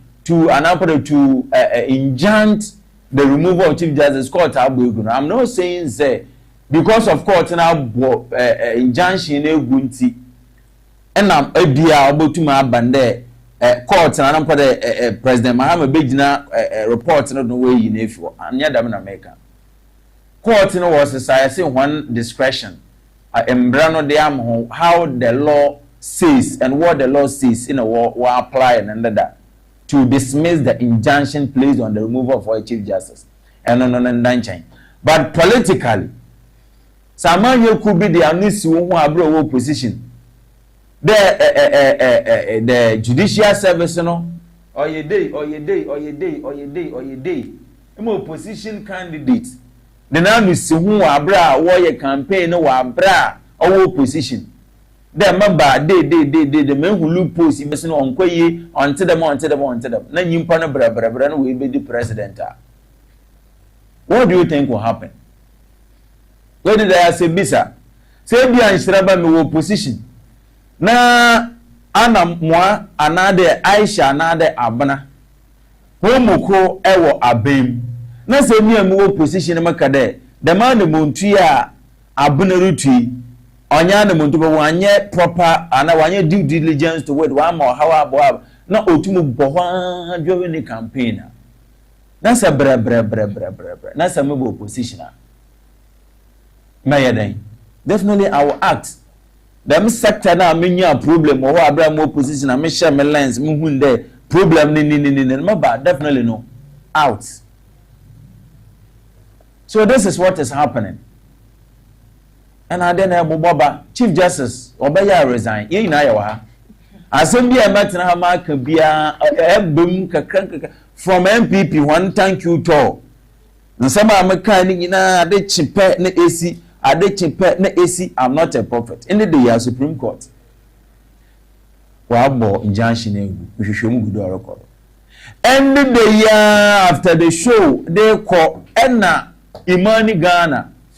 Once what they are about to petition or strike. There electoral commissioner James and under the Makadu Chief Justice Suda walk on other. And the day after the show petition our call. There one should say. This was raining same one who with them petitioners who claim and who ally Jenny and Okaradia. Then definitely no. The impeachment or the removal process no about you. So these two institutions, electoral commissioner, chief justice, yawa mo besi montiado. Yeah, so intra ochina or the intra ochina they call the copy the Monday. Yabati be before. Yabati be before. Fiti Monday, enda copy Monday. Something will pop up. But intra ye show se me we free a into ye show yi another into alternate Thursday into Thursday Friday I will say something but Monday it will happen. No prophecy. It will happen. I one time. I will say something. But you may see Monday, more the following Friday, you may end the week. No, that thing will happen again. That's it. And I don't know. Then the Wakata and the Gusaya, the some moment for the diligence, Vakubi and Fenchas and Femonsodia. We show the diligence as you are saying, and so they are now Vice President, Vice President, Dr. Alhaji Mahmoud Bawumia, and so Kopiemo, and so Bokon, and someone go to the United States, some James Subet me so Ababo, Nubian said to me so Alco and Kenya, Wunya, the diligence, and so in Kenya, Carter trust me, and some so and so a bone duro and the Anapurabasi. The daily searchlight, the Ubakata and the Mikita American can as the Monia. I shall throw one side in for one at the daily searchlight. Or say, CJ no way in some suspension, ya, Chief Justice no one semia, and now honorable as a board, they are able to go record them. Or basic review, say what the reason about, not say reason now, reason also know a Rika. On obesity review, Cheddar Benson, Sana should be now when whom what by Jan, no Sonaza or Reka Enian. The Maron so and an one so with the daily searchlight, the Ubakata and Amunum. Also there 12 miners, JBN, 12 miners. One of Galam said, once and semi young, so no, why remind one, war River Tunnel, no more will pollute River Tunnel, no. Shaman soon why ye ever one on tree, crap. And say, oh no, so Nazar. Oh no, the one side. Also save the Judy, kind miners remanded over illegal mining, pollution. Okay, 11 miners, 12 miners in a watch one. River Tunnel. Was sent, I'm saying when some baby. Arrest another do I you, madam. Maybe me problem I may war a year, Ghana and penny food be me and say. Girl, I'm saying, then I sat here and I said, girl, I'm saying, I buy no boss about to me to girl, I'm telling you, there is no way I buy until say, Yankasa. And when I watch the 1 year, 12 miners here watch one. Are they the owners of the concession? Someone I will tune in a watch one, right? But one sorry, Procopan or Cotton, what do we go to? They were hired and employed by somebody. Our concession, the other day, they won't go to. And this are actually the Munkofia. Those people, what are you doing to them? The best thing is that should share the owners of the concession. A human new rule, no man, should one actually won't. I don't know about to solve problem. Since time immemorial, from Wallens Nependo, Kufua Nependo, Atamas de Bajon Mahama, Akufuado. Why yan go to Galam say yes. There ben pana at today. There ben at today. Wa kwachir oye Galam say site and a concession in owner. Watch no. And one of about you most adwuma ye fa wo ye sabe. Adwuma ni Ghana and a me pay adwuma ye. And na obi akwaje no concession. Concession or kwaje as to whether the Minerals Commission wa license won. One more license won fanya na one what want to do illegally. And then the memory shaho.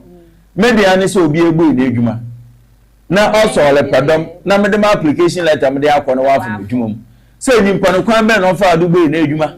Say kwan ben no fa adu nye ni sika. E kwan den no si manage ni station. Kwan ben no si for do tua no workers. Those who must manage me pay.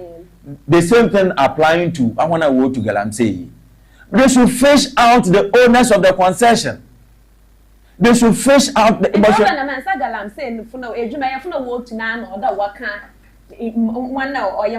oh no.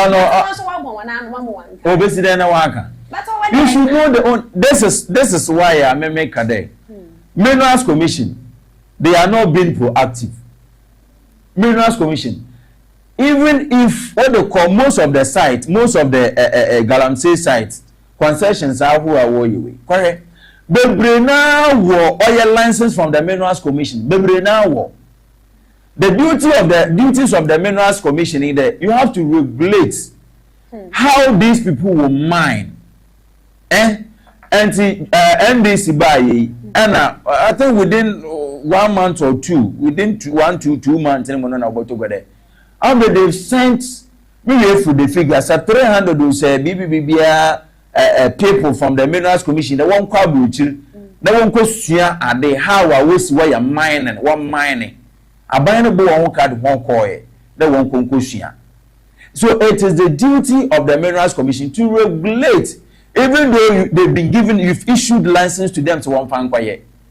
So after the license, you know, or they do when you did it, say, a Kwanya Minerals Commission or one here, and she shame with the one for the one to mine, you know. Is that the same process and one for the way to Anna? So if you issue the license, we are now what to hold? We say, we not team. A Kwanya one for the one mining on Fowl. A Kwanya one for the way to on Fowl. Chama won to me a funds I contain mining. Sir, Minerals Commission am on license, right? Minerals Commission am on license. Chama won to me shall do to guarantee in Naba. He started even NDC for one time crowd your mama from 2012 the battle. Chama won to was mining. Obaya Bodu 9 people now he was still mining. With a license issued by the Minerals Commission. But not Chama to me, the Biana amount for can to his or sense as was. He has a license, but still what's it? Olutu Galamsey sense as it. And the Minerals Commission, Martin Omaya Shahan, Mabape, according to Mo, ma revoking a license. From other centers and other sites who are woe to Galamsey. Some of them are having license, but a queen work for the woe to war say. I don't know what's one license and Jai to me and each other were better way misusing. What better would empty one cross check? Then one cross check, or do we need the you know there? It's never budget license you go to Galamsey no. No crown do no ole yana. Now me budget license no pono. And chira ben na dem be from because na commission or expert or wha. Or then could be banal budget license that or they go to Galamsey ya. What the net now say what educate what in menimpa who there. What sensitize the person say this is the way to go. Quite order for the to Galamsey ni. You understand? And sana the license in the amount fine no qualms about that they didn't count the amount on yashi but when you did who there a quaya year pedal what for the to go and say oh no what for muye ya na muye na akwachi obia 77 pneudias or comment deno all copy bibi na akwachi de na kotum akwachi de na kotum ni tin kan na nka otini baby ni so owura no ankwa ankwaji da concession ya nka Galamsey ya na ono no layman person onye ni ade nkobokwa akwaya na. They should begin to be arresting the key figures, the architect of Oya Galamsey. They should delve deep into it. They should delve deep into it. One church, you know them. You know them. And people by it, they knew those people who are doing illegal mining. NDC, when you were in opposition, people are being. The issue of Galamsey, Pope, Apania, the Adema. Manka say you know, Manka say winning those involved in Galamsey. Winning because MDC communicators be but now say oh and a Professor Frempong Boateng ne report by and what he said was meaning he knew those people who are involved in oil illegal mining. In the MDC by ye. Then come many say and can watch a chimpa you for bigum. Because Professor Frempong Boateng ne report and Obobo DB and they do wom near the day. Ye now see our Ghana. Ye the one I want to Galamsey, Binum winning. I mean the meeting Ebiana minim, but the top people are being more you know, they know. Why don't you start arresting them, jailing them, but rather going to the site, arresting sabi layman person be all company BBAD. Mercy, I am saying it here and I will say it again. Abambi Baba or bad try yado go to Galamsey as I'm telling you one market. NDC government they are trying their best to go to us in Kusiaga 4 years in the boss Galamsey will still be there. Your Mahama president can't same just reason. Also the Galamsey fight, you know, enye ade edefo nanso aluta continua na asema kana aluta continua meaning say we giant ho they will force meaning it is not easy and man who had that aban bi ndc aban aba also garam say motu ase oh he can start arresting people, banning excavators, seizing excavators, revoking license and all that, but 4 years in the bosom galamsey will still be there. Critical example, President Nana Addo, former president. Oh, and now, maybe Galamsey started giddy. But the main president is crying about to line. Say me to Galamsey as a cry and I say, what you have made here, Mamma Pay. Then Nana Addo wanye. Nana Addo then wanye. Oh yeah, beer. The soldier for Operation Vanguard. Operation Operation Vanguard, Operation BBB, just or the military, Juma Papa police for one burning of excavators and pem any adjade, Nina and Kosiaga, Nina Cranechino, Major Adams Mahama, this is a Cranadian Aquada. Or sure, no Kaya, and another did everything to solve Galamsey menace. But I went to on a crown of share, but the presidency out to line. When to walk up 8 good years, when to Galamsey as it. And Galamsey issue should be a 10 of the past. Even though so by a rampant in Panas or by it should be limited. But no man will be on Corday, you know. But this time around, Master, Galamsey will call you giddy. 8 years he couldn't solve it. I'll tell you what to pipe and make pipe Nasta and film this. Back at a milu, a tea. When to man 8 solid good years. When to man into Galamsey as or try when to man to Galamsey for 8 good years. Nka Galamsey issue nka Mahama wabi na nka touches nka kanganga but I feel Krana Galamsey no Osore. Na into when you go dinner. Woye na wenyanka woye. Kunyanka woye. And if you are telling us that you can use maybe 4 years ahead of you to go to Galamsey as a obwa to us. I'm telling you. Until they will be shots and watch it, the rightful people, the rightful persons, those who are directly involved in the illegal mining or the Galamsey no to rujada.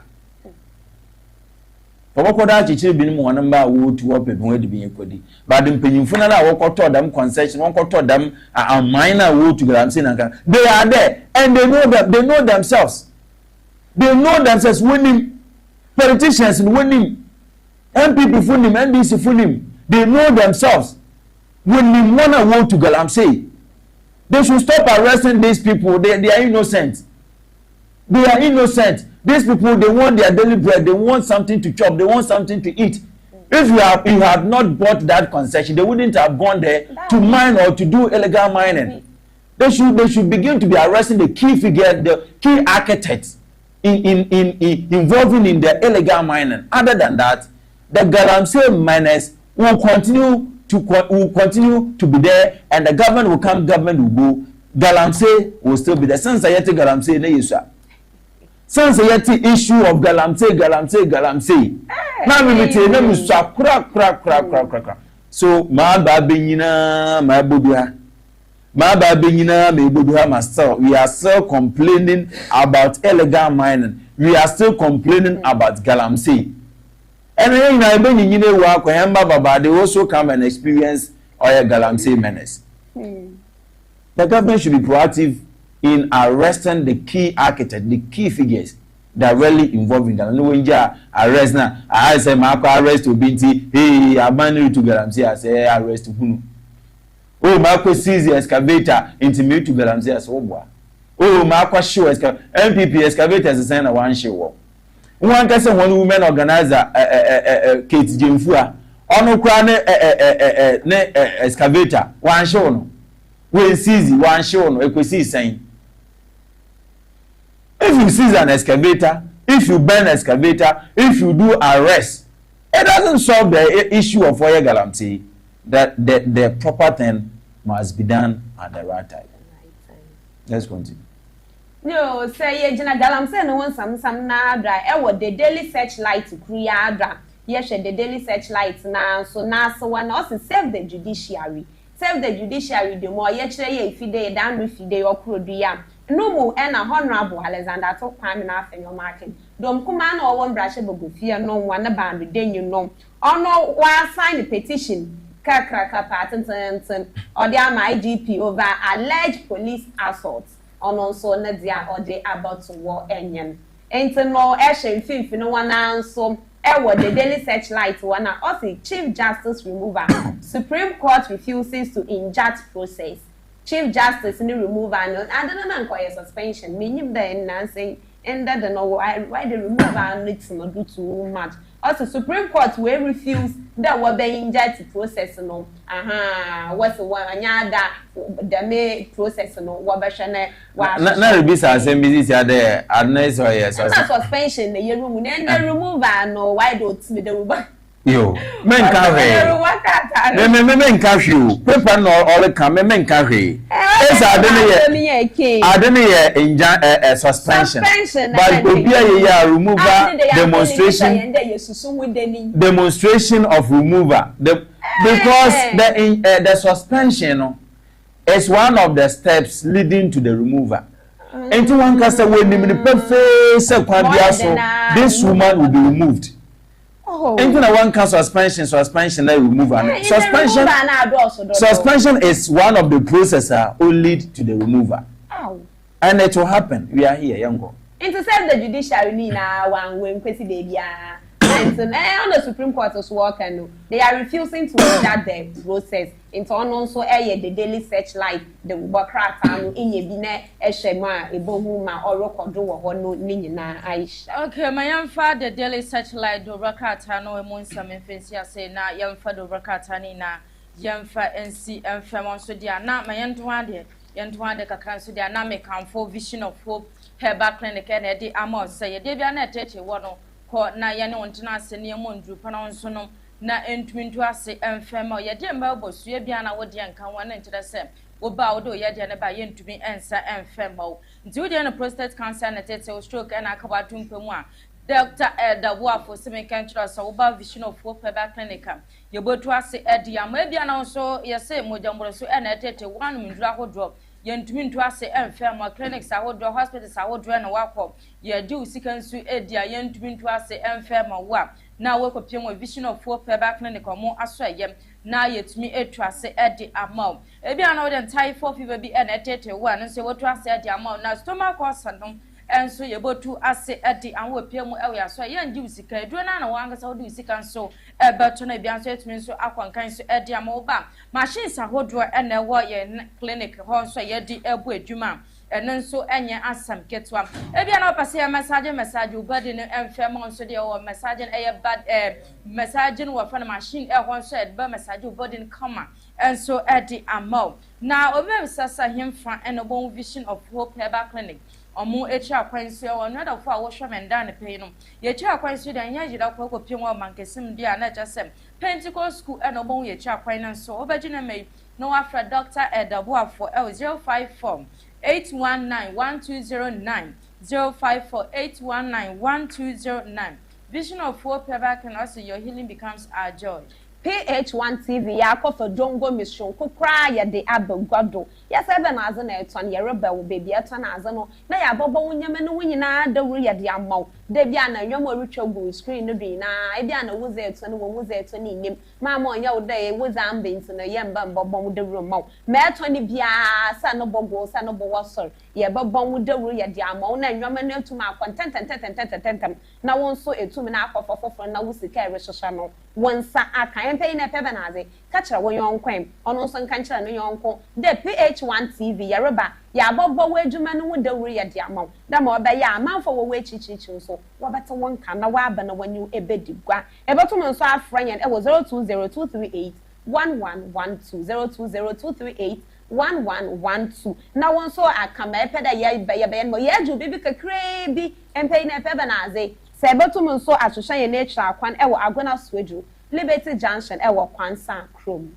Okay, then mami no nkwaya Generational Believers Worship Center. na won so bra na Bishop Isaac Osore bon senchina ne acha say ono so edi e wona kache wom adanse de no doso na mpenfu ekukudam e na mo ba na asebaje ncheshe nso wa wo hwa mo so akonya no so e de wan so ade mo sabra so ne bi na won so baje won bia nso ntumi enkwanka usika sam na ya besa no wa wade asam na cha sa ya besa na bia no so wudu kwan so wuntumi ndu kwan dia ne na bia na esunsumu asem anase bia na won so wade afuna wade won sentumi nka bi wotu ade a usika sam ayabesa mesraw ha hobia na tete wono wo ba Generational Believers Worship Center na chasa Bishop Isaac Osore ne watena se na ha no wetumi so asi anokwan so edi amam mesro say e na so ne hyehye ne sifa ete Mondays bia no emergency counseling eno ekwa edi mahemfu kukudam pastor se kukudam o se otena se anapa obosoro so na chasa yenwumbre sa so on Tuesdays bia so main counseling wa wo hwa won so dia no wo ban so dia ye ndi usika te say so wo fo ye wo ko kaje ntachira nso de free omo na ja say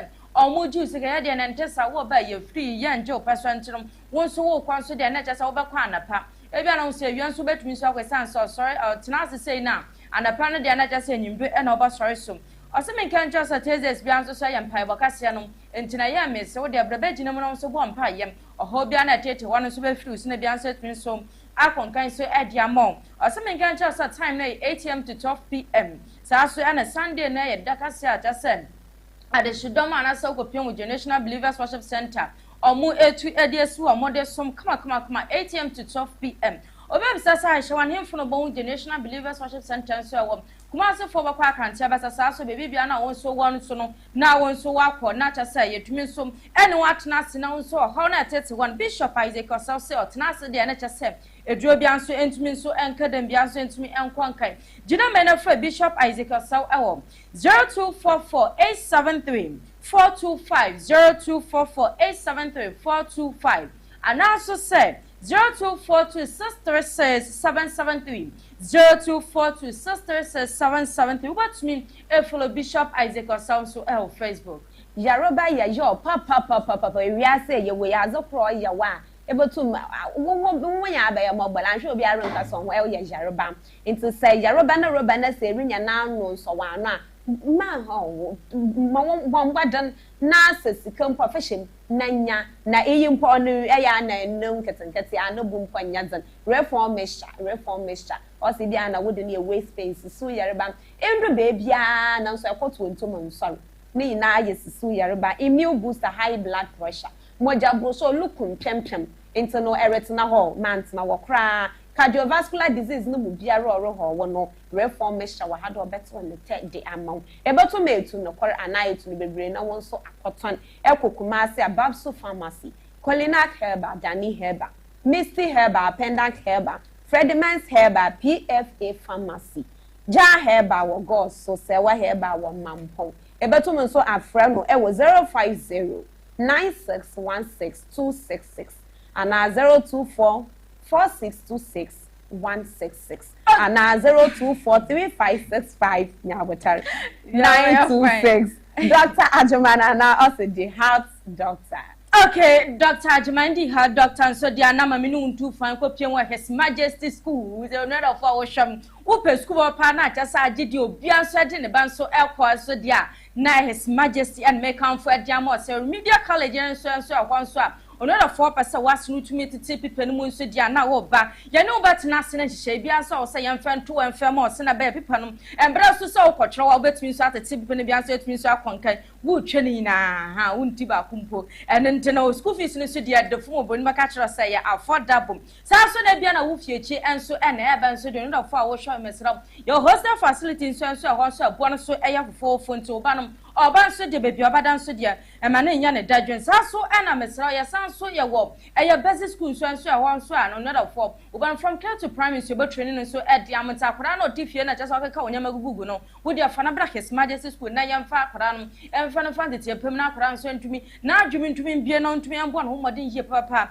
na bia so ntumi enkwankan so emfa mom meso wo ba ya ka cho CCTV cameras so ya available so won ntiro ba no ne wo ba mbo nsensam no so de gina na so hie papa sa so na wo kon so school campaign ne open bi nyama ye di sua de so e wa so ye wo sa so na nyama nkura no so di bedi agron so eno so e ho school bibia e package ne bia so etumi so e konkan so e di amam Obem sasa him fan of his majesty school a chap and so no for shame. And ya ko film man to media na chasa mankesim ene ye shem. School kesim wo kwa chasa wo do mankesim no say wo kwa his majesty school e brade enu botu fan. And so ekopia mu nso e hom. Me so obaji na me no afro penikasa na other school na nom. I was 0557 889 076 0557 889 076 and also send 0200 484 818 0200 484 818 yo that mamifa gastro and menoplex mission on my main camphor and firm send ebia na wo hwa me stomach cause na tete wo ana say dwane ko to yefuma na wo ti yo bi nsura wo de no eye gastro mixture no na wo bonso atumi atu ase edi amaw intina bia na wo hwa typhoid fever bi na tete wo na wo nya gastro mixture no ye de bebre na yetumi nso ese FGF age edi atomu am omo wa heba shops ahodro nso age omo nso eto no da fo wo hwa nya asam keto ebo no ye fofo wo nso bia na wo pebi nso de gu storm nso akonya no so ede ho nso ede maw saa so na abaye wo hwa me wo bu nsa jasa wo ti ye obi nso anasa wo menses na ntumi fro ya na wonya menso plaque mission na ebotumi aboa na wo menses etumi se fro kama nso ede amam saa so na ebia na wo menses no ntumi mbegie nso na nso beboa pan saa so na menses nso wo ya na wo ti ye obi nso wo nso menso plaque mission no na make am fo ede amam nda na pese ko pa bi na top na ntumi ntu ya je na se emfem prostate plaque mission nso abanso ede amam be ma no ebia na prostate enlargement bi na tete won so babwa net mean so to ase edi amom wonso a wodun so ntata so nso dia no nso menso prostate plus mission so ho nso eno so botu ye dia na ase edi amom sa so no wodun so na wote ye obi nso wo muso dia na wenya eye prostate plus mission bi na wonso wanom herbal shops bia na ebe wo de kwa na ko bisa wonso benya bia ho nso ato agidin ye papa na danse dia no so de doso ankasa dodo ne de obakwa jafia banso e o mankesim busi pharmacy o Cape Coast Osore Adventures so wakashim drug lanes so and crisis the answer so e otakrade ubajina me no afro penicas channel 0248 778 899 0248 778 899 obasisi PH-1 Media Training Institute school bi anyankasa yakafa ba wofia ha onya asam kakraba menye maza epede so when so ade wunu na epede obemu nkote na so ruwa ebia na wede ye journalism na yete ayere ye no your fair DJing camera handling marketing video editing graphic designing and bebre okeka won yere ntomo mbobo ni nyina rewe fidi do no serve ebia na epe 2 years 1 year 6 months 3 months na yina yezo ba from wankasa ebeto ho ase school fees no da asoboko baby abeda na ya manje no ho because ya hihye bibia kama ebia na epe Monday to Friday and now the Saturdays and Sundays na yina yezo ba from pe na wankasa ebe wie no ebon de ehu bribi na ye wianfa ye da attachment so ye za aka wo ho e wo fie ha ya ebia na empe fie ha epe baby fofo nso a ekwana da ho ma epe biara ye be ye de ama wo pepepe ebeto me enwunyan ewo agona swedro kwansa kom braba pick forms na ye nyu entertainment tentam franya na ewo 0540252584 0540252584 PH-1 Media Training Institute and also where talent never dies. Aisha. Okay, Shaba ya ye no ntino another for wo hwa me onso ha aye PH-1 TV Ghana today so na ho se bia so e kwankan so e dia me no akwadwa so akanka akokanfo ye nyama kama so e dia ma wo so kwa na wonso kotobi esanse babo ye papa esanse ade no enya nka ye mbeta se embon toro so emfem e bon so na fofo ntino bibia ne yakanfo e dia ma nda na pei no wo kwa na tesa wonso akotobi na bia so etimi so akonkan so e dia ma Anti ebusia ma ote aranyen yedo akogodo akwachiro nuama pa owo egodo ye hwekwan den hen empanimfo no baba kansa NPP NDC baba kansa na yetum na yaye but then the next agenda from Masonda ebi na edaye na Mason ye no ni hu bibi about NDC next leader to lead them. Next leader to lead Oya NDC. Yeah. I saw some man be. Okay. Man, nipa no ben President Mahama pa. Hey, Shaba. Oh yes. Some more than the some Dawson. Kabum na yanko. Yeah, Mezi me hu ne papa bi e wo meda su. Na papa no na me hu do di NDC amanyoku n'enyim. Oben President Mahama pa. Okay. Ona. But I'm willing. Member ndi. Oben President Mahama pa. Ana me hu obi nso ano office central region. Okay. Do di n'echi. Esa na no wello. There. Onya owa. Central region him fasa. Messi me hu. Online na. Messi me hu no obi. Me pa ne ben President Mahama pa. Oben na pa. Okay. Even time okra wo position ade na no too tight ben papa no oben na anem this ade na kwa kwaye de MPP de ne bi na Dr. Baumia ben na do pa na do fa ne da na ba ne bibia anya nye gidu oni munye na anche we chawe nti NDC de ne ba de MPP de ne bi Nimpa no so get a position so me must me dey am so in America. That ben MP NDC we work primary time crown so presidential primary time 2026 one 2026 okay more show out what day very good more me son die na me son ye menya prophet me hu ade but da so de obi aso da na eda na amasin no mi hu ne yin obi odi NDC enyim de no kwa akono oben Yomahama oben na pa chese oben no onye ne busuenyi na nso oben na pa na mu no obi nso ofimfimfim mantom central regional na odi dem papa nachi odruwa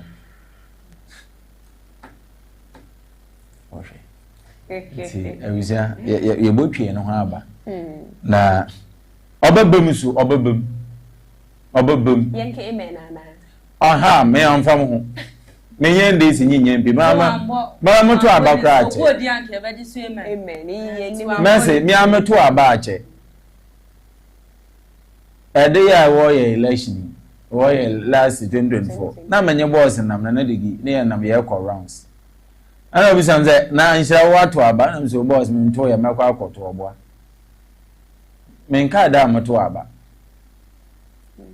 nti me I don't have any interest in who lead NDC or MPP me nya ni Ghana be but this madam man will come that man will come ne so da man na oba Ghana be yi me ntuma nkyere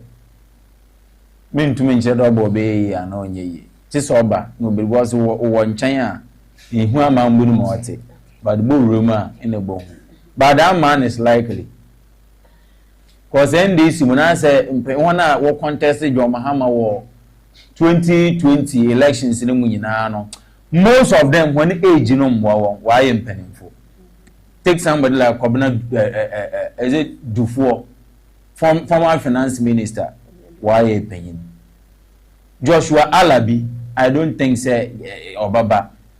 And when problem na over contest presidential way.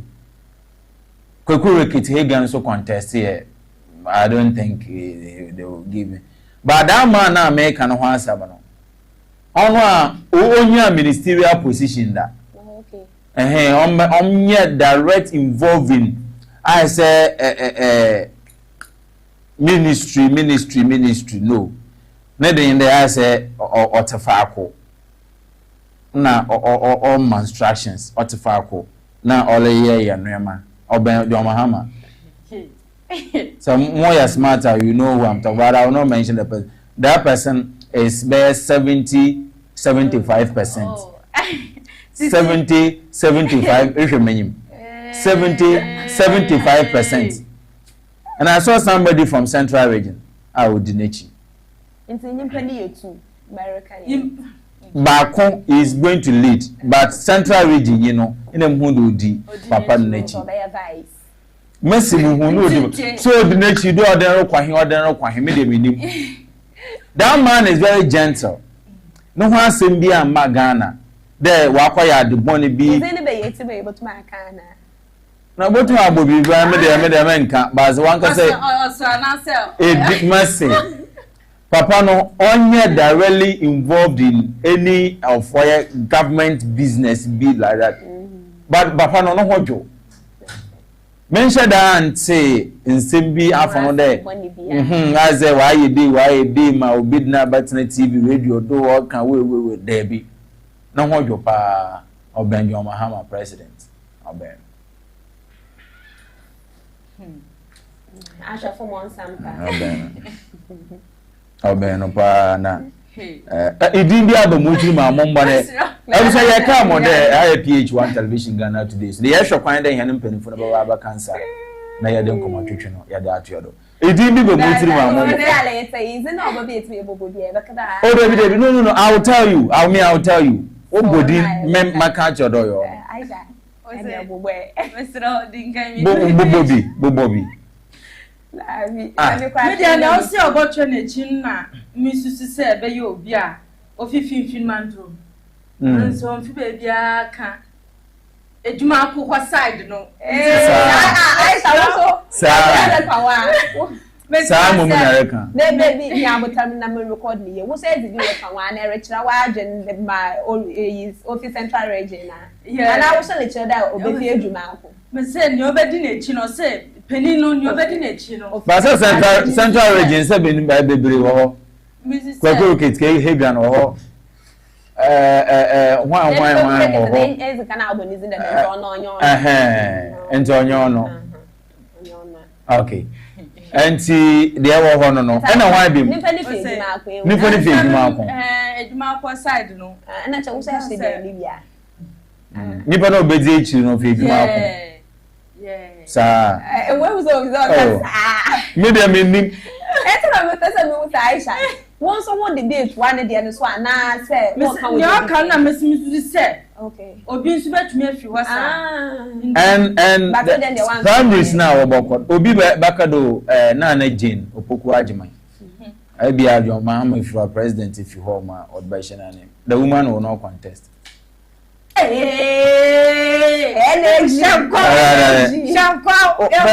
dey sure say the American will twa to ho won twa to am sia mun twa to ho ya no fast mun twa to ho okay mun twa to ho message 2028 and 2026 our primaries vice president na no poku agreement prof she will not contest onko nda ha onko Jena no poku vice president of the Republic of Ghana and this primaries onko okompa obolusu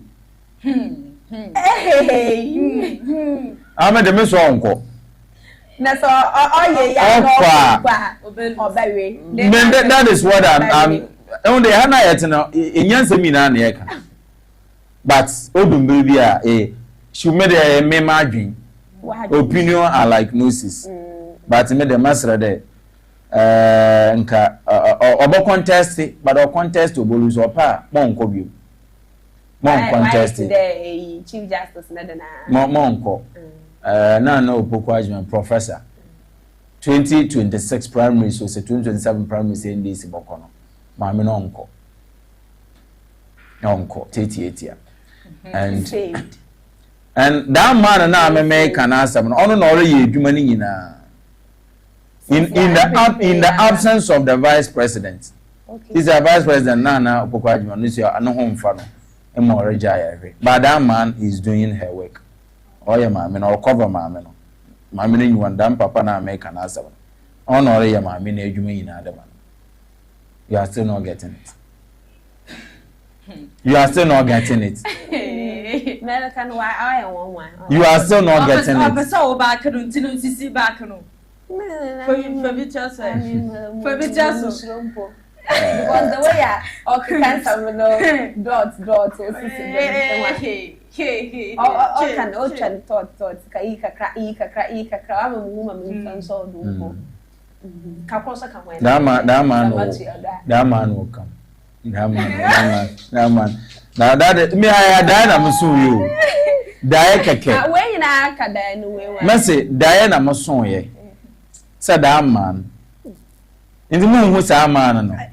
I saw the person's face. And what can they at all? Me who nimpa now one time there and a straightforward person. Me who nimpa nenim asem be all my yanka. Na prof ne dey kra meka don on contest ko yidan ka meka. But maka. But the papa na me who nimpa na de me mboni din there. But definitely NDC will come with that man.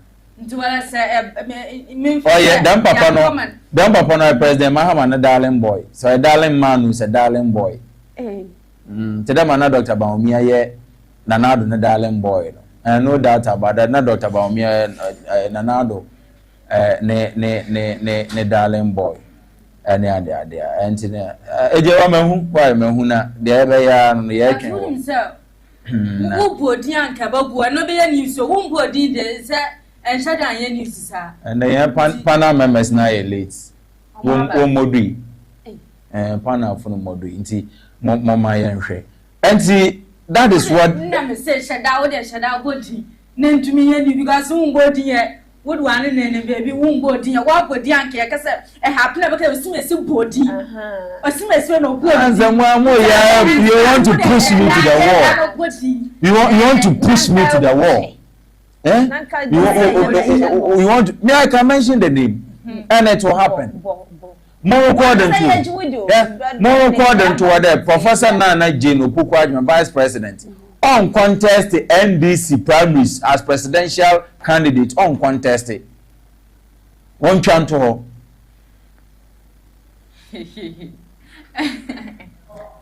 And now this man, I make an asini, he will come. He is now doing the work of the vice president.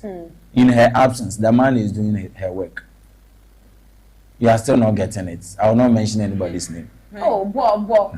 Bona ya share enwa. Oboto ha bana nyame ya admo chinenya. Ebe shan the newspaper. Now, winning okay fine. Yam kwani say. What the yam kwani say? Adnan ka sa akwa prophetic. I say adene ya prophetic. And say if it's coincidence, so I mean to me say that person bears the same alphabet of the president. I say I don't know. Say the prophetic view. Say I don't know, but Nimpana Americano. He bears the same alphabet with Oye president. President now have no alphabet here then. What the first two name ni dino first two letters then. Yeah man. There be the first J-O saying mama or O. JD say JD. John Dramani first to John Dramani. That person I'm talking about, bears the same name with the president. And prophet chat na to prophetic. Me ana ma dream ko ba me ye na adeno drop nam say he bears the same name with the president. International JD da ba. Sisi bo. Ono de no ka body ya me.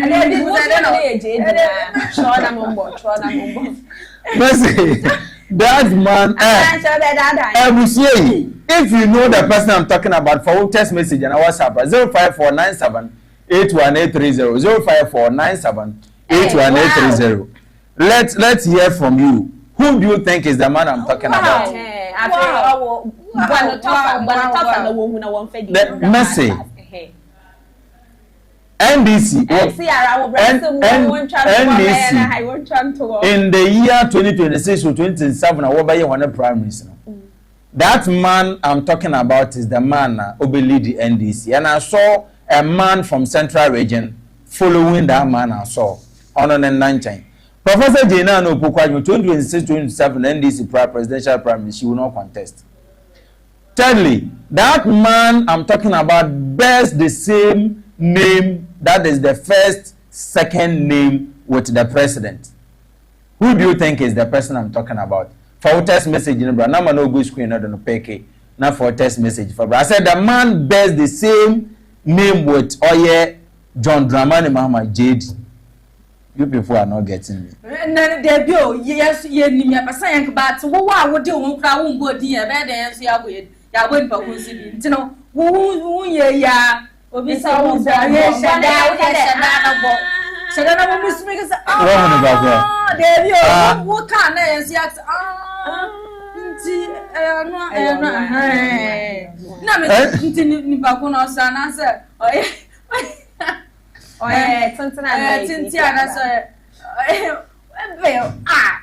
Younger say, me too. Nippon, I said,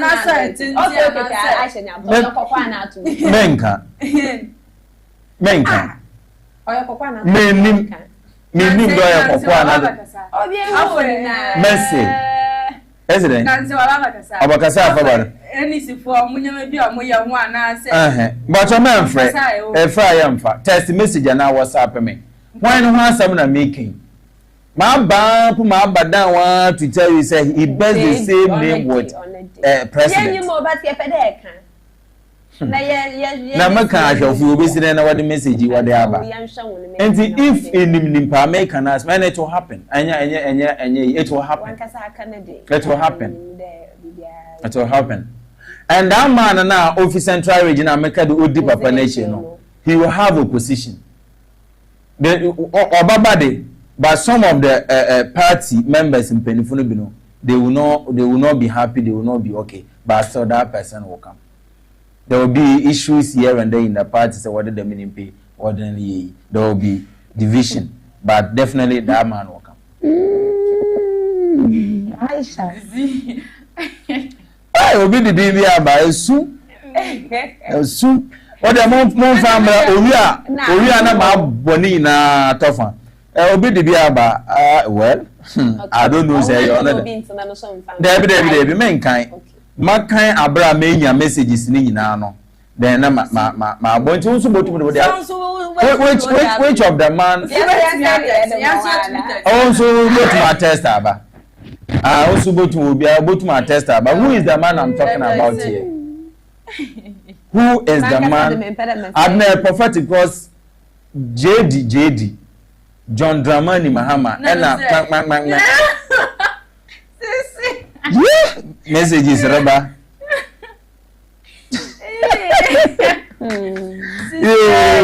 I like the messages. I like the messages I'm receiving. Well, keep your messages coming. Keep your messages coming. Penina can answer. Who is that man? Pepana American answer. He bears the same name with all the president. And yet the same name about the same alphabet with the president. Who is the man we are referring to? For message in Ebra. Papa 054-978-1830. 054-978-1830. The man is doing everything in the absence of the vice president. And then it is likely this man is going to lead the NDC party. Who is that man? Okay, all right. Okay, yeah, 1, 2, 1, 2. Okay, fine. Also forward the bra. Also forward the bra. Na share. Both the nipo di nature no ene nipa odi enim ni nyina botum de aba. Messi I saw somebody odi enim ena obi from central region. One man from central region odi dem papa nechi. And dem papa nkofu tu na America ni nyina no. E botum na de hone din na aba na ya kankan ya de amount. Okay, obinso de biaba. Aha, mon famra na yankan ni nyina mbom prakope. Aha. 0549781830. 0549781830. Esenda na edudi aka ho. Esenda na edudi ade aka ho na ya kankan ya de amount. Kama. Interestingly. Esenda na edudi aka ho na ye ho. And who is that man? Why? Any sample for BNIA make one ho asemi. Okay. All right. It didn't be cool be a sender, mamma. Meant to the meeting import that politics. Minty dinner da. Skip to inanimate. Okay, so keep the message. The messages are coming. Keep the messages coming. Keep the messages coming. Fabra, why no one them making? Nimpano or Ben John Dramani Mahama Pai. Na onye John Mahama nyina with the same edin, not John Mahama the same name but the alphabet. No, he bears the same name with why name them nimpa make and was. Nimpa na mesi hu from Central Region. Odi them papa nature no. Ono so oya hwana. Okay. All right. Yan kind messages na yan twen kakra. Yan kind messages na. Yan kan na in China for from bra. Yan China. Sa some ni bibi. I'm going for my one by. Okay. What is am my wrong? Okay. Some ni one ka sesu do waka. Ka na ye ka. Okay, it's asam na me bon to furniture dem. In Shabas also dey. Na e dey sunu mu no ohun dey. Endi sama yoku no. Next 4 years. Oyada obi a obaba stand no ohun no wane dey sunu. Obaba be gina na wa ye Ghana o mampanyin no. Ohun no wane dey. Man ka mampanyin. Me so be lead the NDC. Okay. Into obe lead the NDC amayeku no. Aha ohun no wane dey sunu. Ohun ne papa ena wa akaka na nkaka na chedem de menyim panumpo no obi obedi n'echiri no ono ofinfin mountain Central Region enti hwana nye de menyim pa ya message de menyim pa oli edwuma pa oben John Mahama president oben president pa oben pa even at the time of position kwa bibia Mahama bafa bia na onye na ono na low-key mpo ole ye vice president na edwuma kaka na ne wa low-key okay enti my yen share na yen okay fine number 1 okay where did where the number better number 1 be better meba Obidi bia ba we ese John Asiedu Enkatia azemo wanfeni di amba John Asiedu Enkatia all right we also say wafra no oye Esther ono so John Asiedu Enkatia na honorable Atoforcing na so wanya JD so yo yankwe obesu bia boss John Dramani Alankash from DJ Jomens your son. Jomens so why there? Okay. You mati. Us John Dramani Alan. Na Ghana ya John Dramani Alan wa. Yo. Obviously my name is Lifestyle. I am John Jerry Mensah. Na John Jerry Mensah the same maintain ne camp for politics me da. John Jerry Mensah. Yo yan kwado e owi aye bo conclude. Na obviously de biaba. Us John D ya hwana. John D Ben no. Okay, mamun kwa ha. Also my name, also the name is also my name is Julian from Akosumbo. The name is Julius Deborah. Okay. Okay. Okay. Okay. Another one here. Him for namkada medeta. Okay. Obviously the name is Julius Deborah. Okay. And yanko hen, what the yanko hen? Oh, nanka was. What's the yanko hen? Okay. Obviously, me chamuhaba na me chamuhaba. Koma abogafuna kwaba na ya tiedo. Atoforcing bem won. Atofor Esther no or send me also atoforcing. And I see Edu Nkatia. Yenja nto hwe. All right. Ye chamuhaba yaba about you.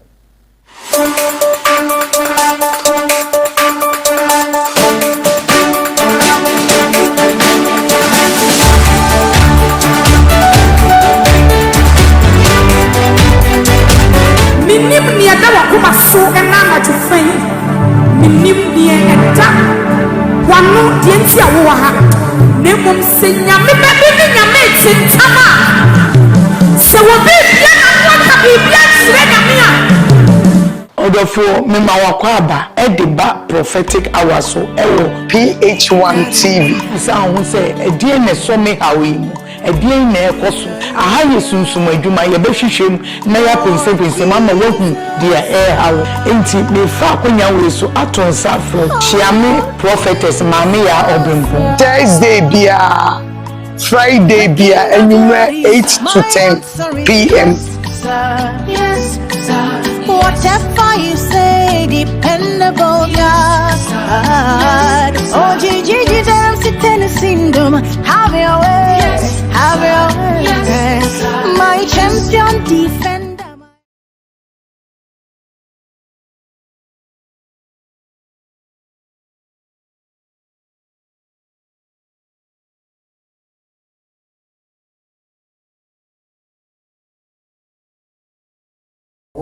Ose me crash everybody na me mu azini na ehia odi nkonkron the sun PH-ONETV akofa duwe de soko aba wabremu a ya to eni se Osore mre me ebogbo ya soro everybody na how be that so amane be that so kwa danje be wadwe ho a enye yi no ebe fe so akọ wasa duwe di so no ebe to safre egugu dam aya me asro ngo ebi te se oba papisti PSA Esther, Minister Francis Amo, Sir Ebonifu, everything that kind of I'm your soul in Radi. Now was sad you made so why I mean I'm not I do not check ya, I don't soon do it so in Radino. She's green so not for number no, not for before, no found to check more. You send ya baya, also by Banyabo Boom, your soul in Radian. It is Shami or Kufu Gideon or PH-ONETV.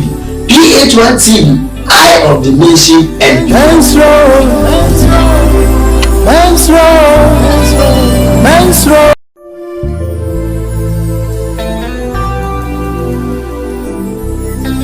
Medina kumenyara med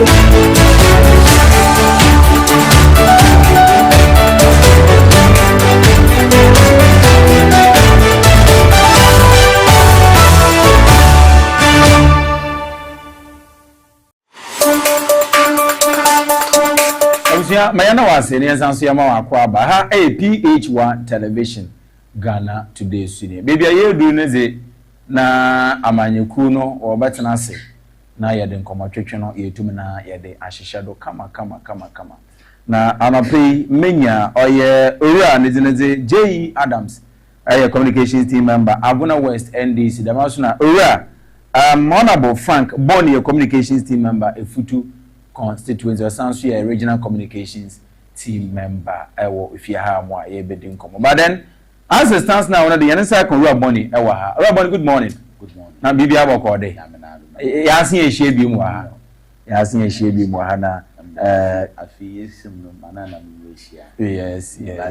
Sure. Yeah. Constituency in Suboko. So them wearing you, my mom ran that dano. You boy national anthem. If we are the Hong Kong market, we are better than say, na yet in competition anthem. It's national anthem of Ghana.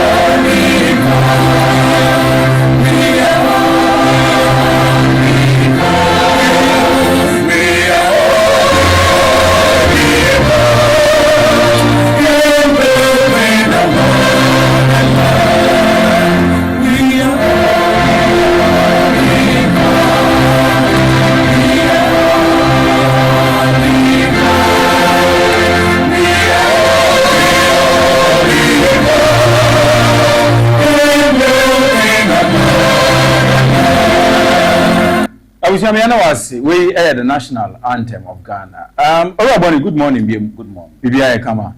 Very well. Yenyim so yenyim tine yebisa na yenyim tine yebisa yenyim so yenyim tine yebisa ba me pada mo de yenyim nanso me sanso yebisa very well. Yete national anthem no musa me sure that since yes primary ho baby e ko parade wo boss match wo ball gathering wo ball up to now say yete nsem no wo mu na astimi minyi aso ye MPP ni aya manyi a le ya manya sam na chichiro man no dan ina oba wa adwenu no ya mo fra bana na yako school na ma transfer do kakra cause ayo kakra ni ma ba fa so sima ni de do na first na ya tundum na we just sing it along all to me as you to but some few years back na yete samna owo man oye na yet man obokoda ofi enyo I sometimes yema amanyosem tso opepa odenipa another other man nyenya yeze pia man mo man ko ni yema da mo pepa ni fi yenu mu yema amanyosem titi yemu da mo pepa na chada chede ye da man yeah. And I wish there until every morning that's my plea. That every morning all the state institutions, even private ones in Krampono, before they start working, they should play this song, listen to the words in it, and act upon it. Okay. I think that's the honorable to my boy, or mine, be a pedal or minor. But sometimes maybe I can't say me and let me be sad. As a man, you cool another man, you know. So if they want to take any decision, another or better way you be, wouldn't come refer to anthem in some answer, or make all transit be, will take a decision, will implement it, be policy be, and I will better way you be, wouldn't come refer to the anthem and son why yet, Anna. Hey, you want, am I your phone? I bet to differ. Put to what the master men can but the pay marker. Not all of them take a decision. What they them yen offending national anthem. What they ordering one side would they take decision. Okay. Some of them do not. Because sometimes I get it in part. You ask yourself there, now you pay decision and no taking or drain or man who can now and sana or take them decision now. Into your win some of them fine. Will be or take decision equal some of the institutions that will be share or money yen and then can call no present and no prevent you maybe a onsen on part of paper. And colleague back at and there. I baby more in there. Oh, tunas one fancy. There's a time I we should all come along with the national anthem. You would have been able to true now. The name of more fast no minus. All right. Yeah, that's what Papa. And we Frank, Honorable Frank Bonnie, communications team member, Futu, and then also regional. Ma yen chair no wasma, yet Nancy, Yaba, communication in the budget, but yes, you're quite honorable J. Adams, Baba cancer. Na ya don communication ya dey actual ya tana see you how this is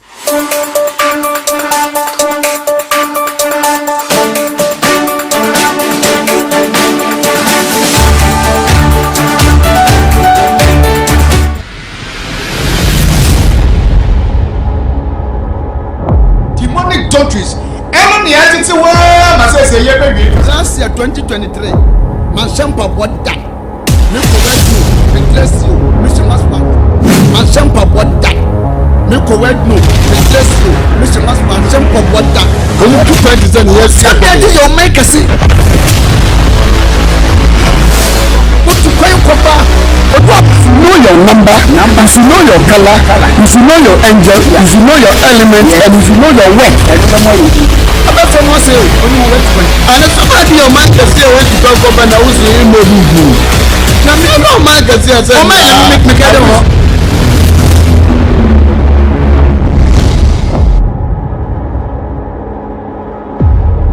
ko si yan kun santi yes bia yan ka ko kwasam hwe yan ko kwa Yesu obu winji mi to mo kwa o wuje o ma oba ti kwati kwa Yesu mo winji mo kwa ye ene sen ujidie ene sese ka ujidie ne sen wa ujidie a wo be bibia wo kan no de wa sese wo ti ase na tete jidie bia a wo mu bi ujidie pa in the name of Jesus. And who is mentioning the name of Casabiabu?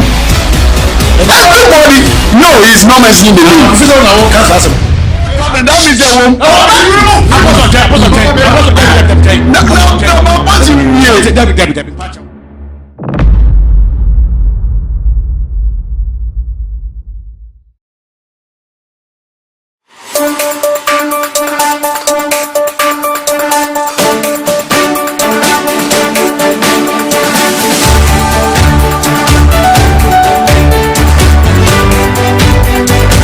It's exactly 45 minutes after 8. PH-1 television Sunni Ghana today Sunni anapay yetena se dama na chese Ghana nkomo ena yerba abedi abodwendwe no man Ghana ho man Ghana ne kanko ena ne mpuntu mo obaya wonso yianu bi ahwehwe e wonse bi se ho no wonso so wonsa etum na waka ma mention say na menye owura Frank Money honorable menye ne ndi nkomo yehwe kwan da honorable J Adams so baba na yede nkomo twetwe ne de atodo ona mo mo akwa be bibi abokode bibi abokome nia ya da nyame ase ya party ni mutida na MPP party no orokodan constituencies so tada ne ndi nkomo kakra wo party ni mo na constituency yo party ni de yankopon na aduma wajo meda ta sai peja wondi mu kakra ma na ma da ta peja ndi ma pension no all ntina okay constituency aboko and the Alexander Pamina and Aboni di moment so no what today because what's the wakotu no blue wakotu no blue wo ma ochira and I wo no blue na na nyo de siu no and what time no what kwato ego bi wo hodo na empanyin kwofo bi wo ba ba hwe no what no ko yi na chese na nyo do nyina siu na police na obo na abopa aya se chofu assume exaggerating according to na you know what I can about the blue also I hate no na say ni na e bo na na bo na akoma different between blue and I work wa hate na chest and also ade na kan akoma ina na nyu the siu no ona bo ni papa e the mo ko di mo na mudu baby one wa a place na to barricade sometimes when the leaders want to enter the pressure from the back will soon the most more it say will soon nimpa no kwa na say bia unexpected somebody hits you and I don't na send the people there wait here otum come until this is what happens what we will see and we should mind those where the way we say things because at the end of the day obi a wokwanya ofado obi o ebo na refima oka obi so wa ni da no na se bo no mpa on de ni wa da no mo abo but obi a refima another pim na refima ni mu kwa hye oba na mpa obi a wo BP one no to mu koso you know that Enabo was trying to exaggerate obi a we hwe ne ba wini ba ne press release no the bar and the way nyina wo mu yeah e ba wini ba Enabo ne wini by districts or police or no a district. First in a castle, na pam na the washing house, and it's in a castle what to a pam so what to one. It's winning by a district. Now, if we're winning by CC division, the amount of money you all know what pump ashe, especially police infrastructure. If we're winning by we see police station court or your friend just a chrome. That's a more police station or doors one. Because Winiba no Mesa Chroniton, the police station is now no so much security wise no or very serious because as a flashpoint to be or one maybe today that come baby one of what's one in no say in your police station or what one also a big men area they need a police station able to affect that enclave security wise. And son that by young pan one so baby or friend baby a young Muslims no go on chiria one I didn't know I didn't really Africa crap because I'm a wedding actual on so was the crew of Nancy and Obiano we see close or friend then Odimba in Switch. Nina, you win in Switch in a suburb of Winneba. Okay, one of our main candidates or a village in Poye, suburb of Winneba. And eba new Winneba, sir, one won't be Winneba town will be and be a new Winneba. Then you new Winneba or what Swedro Quine, Honoso factories look at whole and Coffee Simon Adam or one way. Factories look at all. A factory a warrior then. Yeah, on a policy or your paper factory. Paper factory. Paper factory. It's not the paper factory in Poa such, but the raw material now, what are paper? The whole Africa, being baby auntie, a hand work contract to be on to supply the whole Africa. And so we are factory Nankas will produce paper now, so come into the raw material Nankasano, a hand will produce more central rate now. Then the paper now see essentially this was central rate. Also, all called Campon, ne sports facility na why or one and academy no so. You see, security wise, you need to get a police station over there to make sure that all the activities now go on smoothly. And the police station doors, you know, Obi said na apomuden edwuma ana apomuden aswaye na ya hin wo we ne ba.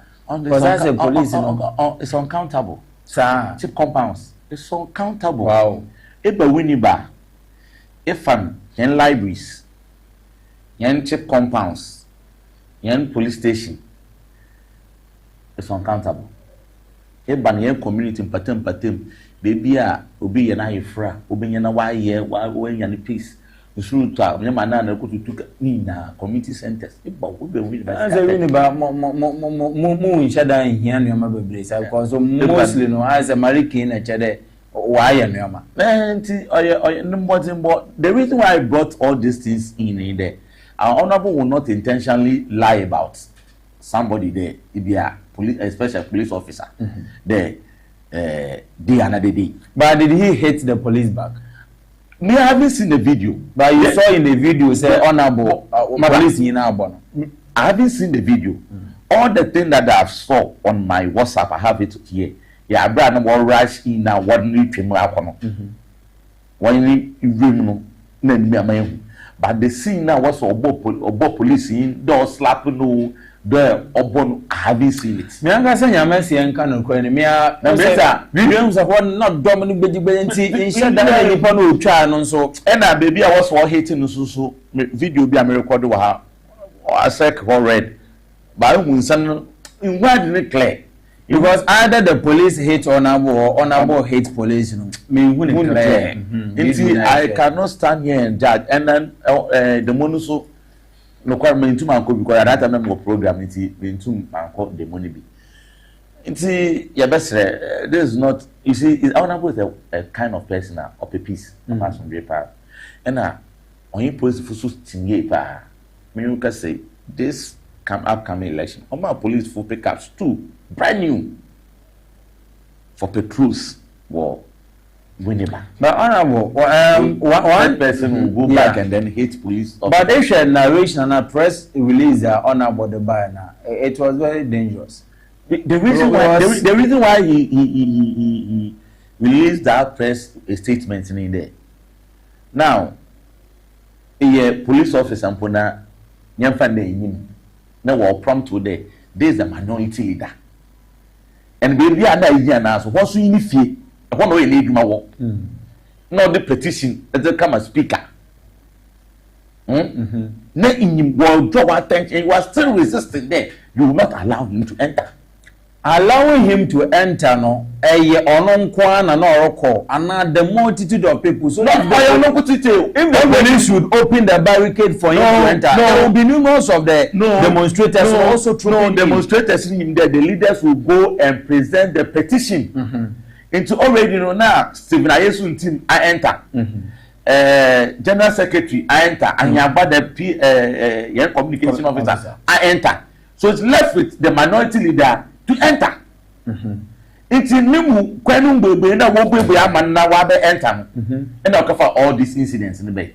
Because they said that they will not allow him to enter. But it also depends on the confrontation, minority demonstrators, what the man no enti na what try to resist obi nso so mo in this country owa him honorable afinyo marking na tede ibia manana wa fofra because this vetting in your bay it expose honorable afinyo marking obi ehun wo Ghana ko dwema including the dina na wonyim na me tede honorable came on the limelight through the vetting vetting of kofo bohu the kind of person honorable marking is atas until you can't tell me there a whole minority leader enter nankasa ne premise be do ye eduma and you are resisting him to not to enter and this is part of somebody who says a police phone so na wo ye hon eduma police phone no so gina ebia instructions in as much as the police ye na eduma no so no honorable so no also ye na eduma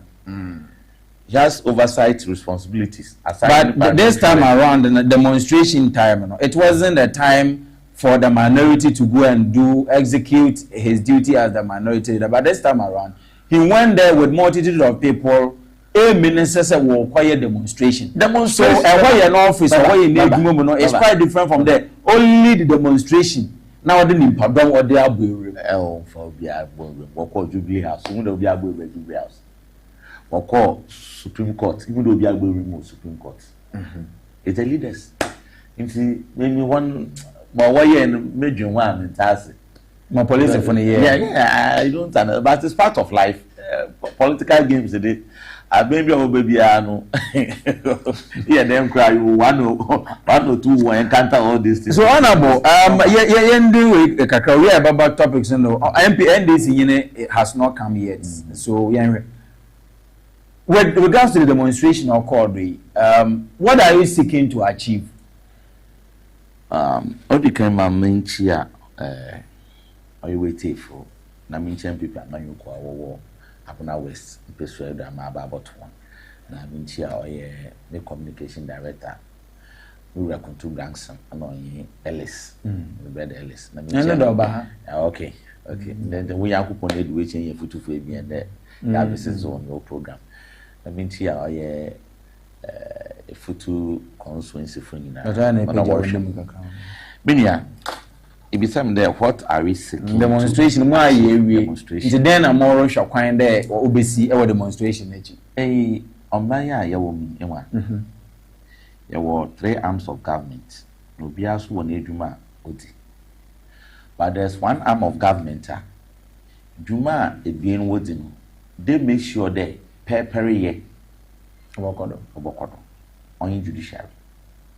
You are the executive, you are the legislature, and the judiciary. And the 4th realm, the 4th one is central. Embody the order to Moma was central for now, Sumana Mayana, his year, or that one. Munim no Quampa Monka. Oh, Yaka, no Quampa. You tell me so question putting in Palanka. In Palanka. But you see, that embrace so there, Mons and Chenful, Mama yen amayophone, ye yenado. Now what the pepper ye? What that one yet the man, or man oba, obo we be in a yetudo. A time is coming. Young fan crazy, and soon to me mufa. Any into my time and casa. No, I also invite him to Sukwampa member. The reason in there, but the youth in Bachin Waba one wash. One man can put a man to studio. Once you come back, I won't tell them back. Because no quay or the edition on your end, and far more. On a morning. Minia Atembwa Ejumano.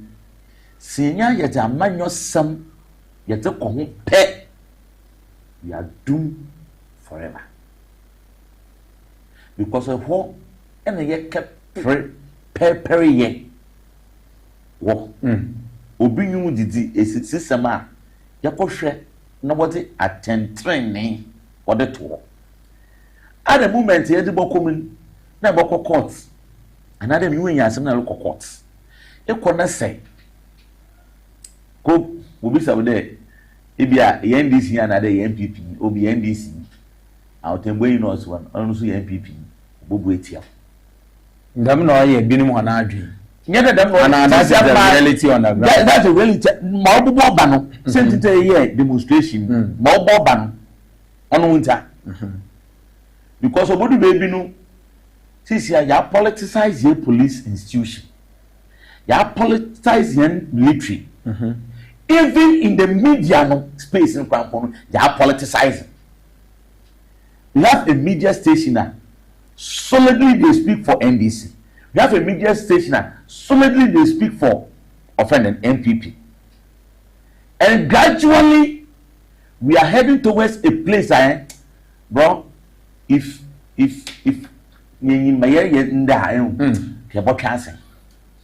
because this is media now, and to botum so abuwa nanche, pepper ya ye regarding Chief Justice Nation. Now say we are not the interpreters of the law. Remember, in some tree, what's in the bush same, nothing no crime that about to walk, that I'm at him for net me baby or crime no. Okay. Yet he assembly of Bishman will be piano, be obedient TV, Chobashim piano. Or back and a PH-1. And to tell them what can I know because I know what I can you put one cut on one can be well, and my make up on him. By hand the day, it's a milita,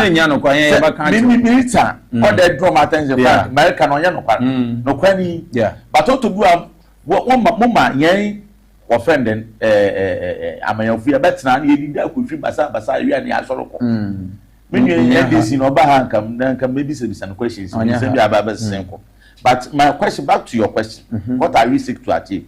But remember, we are not young linking to the dismissal of our injunction against or the removal of the it can when it's part of the story topic link to this.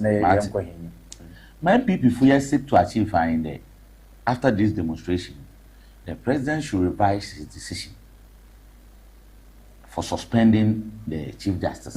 We should revise that decision and call back the Chief Justice back to her position. If I didn't American, meaning there been a statement, NDC for why you have for them Chief Justice for even pouring power, being more. It take more videos for Hanka, Motum Dama will produce an anchor native fashion. President Mama Nanka Sokeshia, what's the NDC lawyers? That's where we are going. NDC lawyers, MPP lawyers, all these things must be cancelled. We have lawyers away Ghana for we don't have NDC lawyers, MPP lawyers, but that's what they said that he met NDC lawyers. No catching one day. Once you are the what about Bema? What's what about bench? No, na dan kweku fado ode oye MPP judges ekugu Supreme Court no they all feel oye other courts no oye circuit court appeals court and MPP for go push one for minia who make it that statement no that very day no make it that statement na more radio program wo one of your sister stations be no bonidin wa na make a that statement here President Mahama will make it's going to affect our judiciary some coming days no being one magana and I'm saying what about baby your one was President Mahama buying a petition be of a petition the Chief Justice way to coin all con or in a year or in a kun or in a ban or in a pay.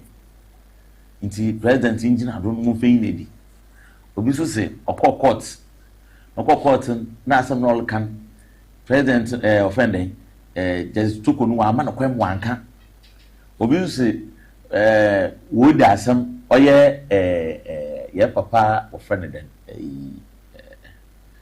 a son of MP Jachikwesi na asem judge not to do no ya maame Chief Justice Tokunu a transfer na efi ho na some rain nti president engineer dona ofenyi na ehwe nsem ankofo no rekeka ina nsem a president na aso waka na ne NDC fu na aso wo kafa oye Chief Justice Tokunu a chede wankasa wo opposition wo abo oti mu for the woba maame no quite over for the obeying if you want. And in this case, no primary cancer say, them petitions now what occur no. I say NDC President Mahama was she cheap. And we push what the one petition. No one the queen now. NDC for the queen. 1 hour the queen now or NDC for oh you done any. And also soon there. Baba. President Mahama Nancy obedi president here or Kenya or in a bay or in Kenya. And we are no be a petition. The we President Mahama didn't feel.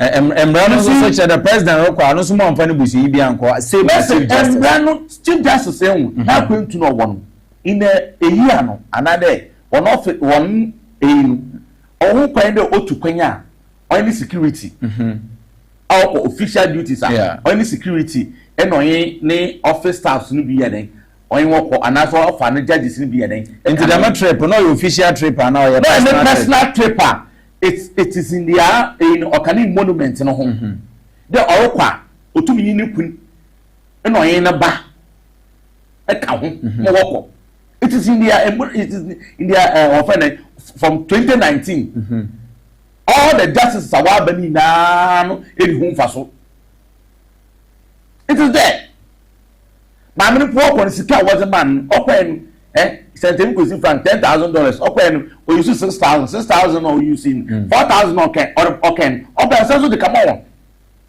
into this year no MPP I don't see the reason why I don't catch any day wa ko we to kwen emma oyene ba kwenti vero we bumdado vero mention issue kakran there. So what is wrong with the Oye NPP and those who are demonstrating?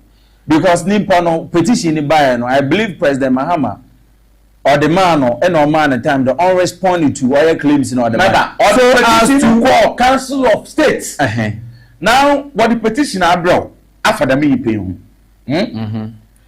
one day I ain't why. And will be a top petition bend the wound did why. Told the phone and be and face. And I told my no more explanation. The explanation of my man told so much and that aboard and I'm one. Now President Mahama petition and Casano. One king one year one month Chief Justice no Nensan can Chief Justice no lawyers women another were demanding for the petition. Lawyers demand on the Chief Justice no demand. Because there is a so now from there say if I'm demanding it is the Chief Justice. I will instruct you demand it's the Chief Justice will demand for the offending and they gave it to her at that time I Council of State very bad at the end of the day already the damage has already been so has he responded to the claim? Of course yes so the respondent has gotten to the chief or the Council of Chiefs, right? The Council of State the Council of State remember petition called President Mahama the first thing should have done in there should have referred to the office of the Chief Justice for her to respond. If no response is near then you refer the matter to the Council of State. Then the Council of State is what the one advice about. And Sana says suspension on normative Chief Justice was suspended. Then was set or a committee over to Chief Justice now was what the one advice come up. The president will stand on it to act. At that. The main now amba president no go straight then he gave the enuma the Council of State. And then the Constitution has made it clear that after you receive the petition you allow the person to respond. And sana Council of State will have been and sana most body denied but on them there one person will be upon the one person will share boy in or two things. President Mahama want to go to another thing. So be it. Two, we probably shall offend again mensa when if you because since you Adam you can say what's what refer the mensa for charge for constitutional breaches. You who them constitutional breaches in that the mensa we bleaching. It's all what they are doing they are setting a idea toward it. Or be Chief Justice be also obeying. The President Mahama require. Not the Chief Justice no President Mahama in and one local. Because so when Chief Justice here, a chede now President be obey the ano. Odonya ni Chief Justice on be. Odonya ni so the pay or be. All right. Or don't you police? And it got or say your mind. Very well. About you said something. Say if a president receives a petitioner or there or refer to Chief Justice and any of the justices are no one about some or respond to all claims and a petition or whatever. But here is the case, Article 146, I think clause 3.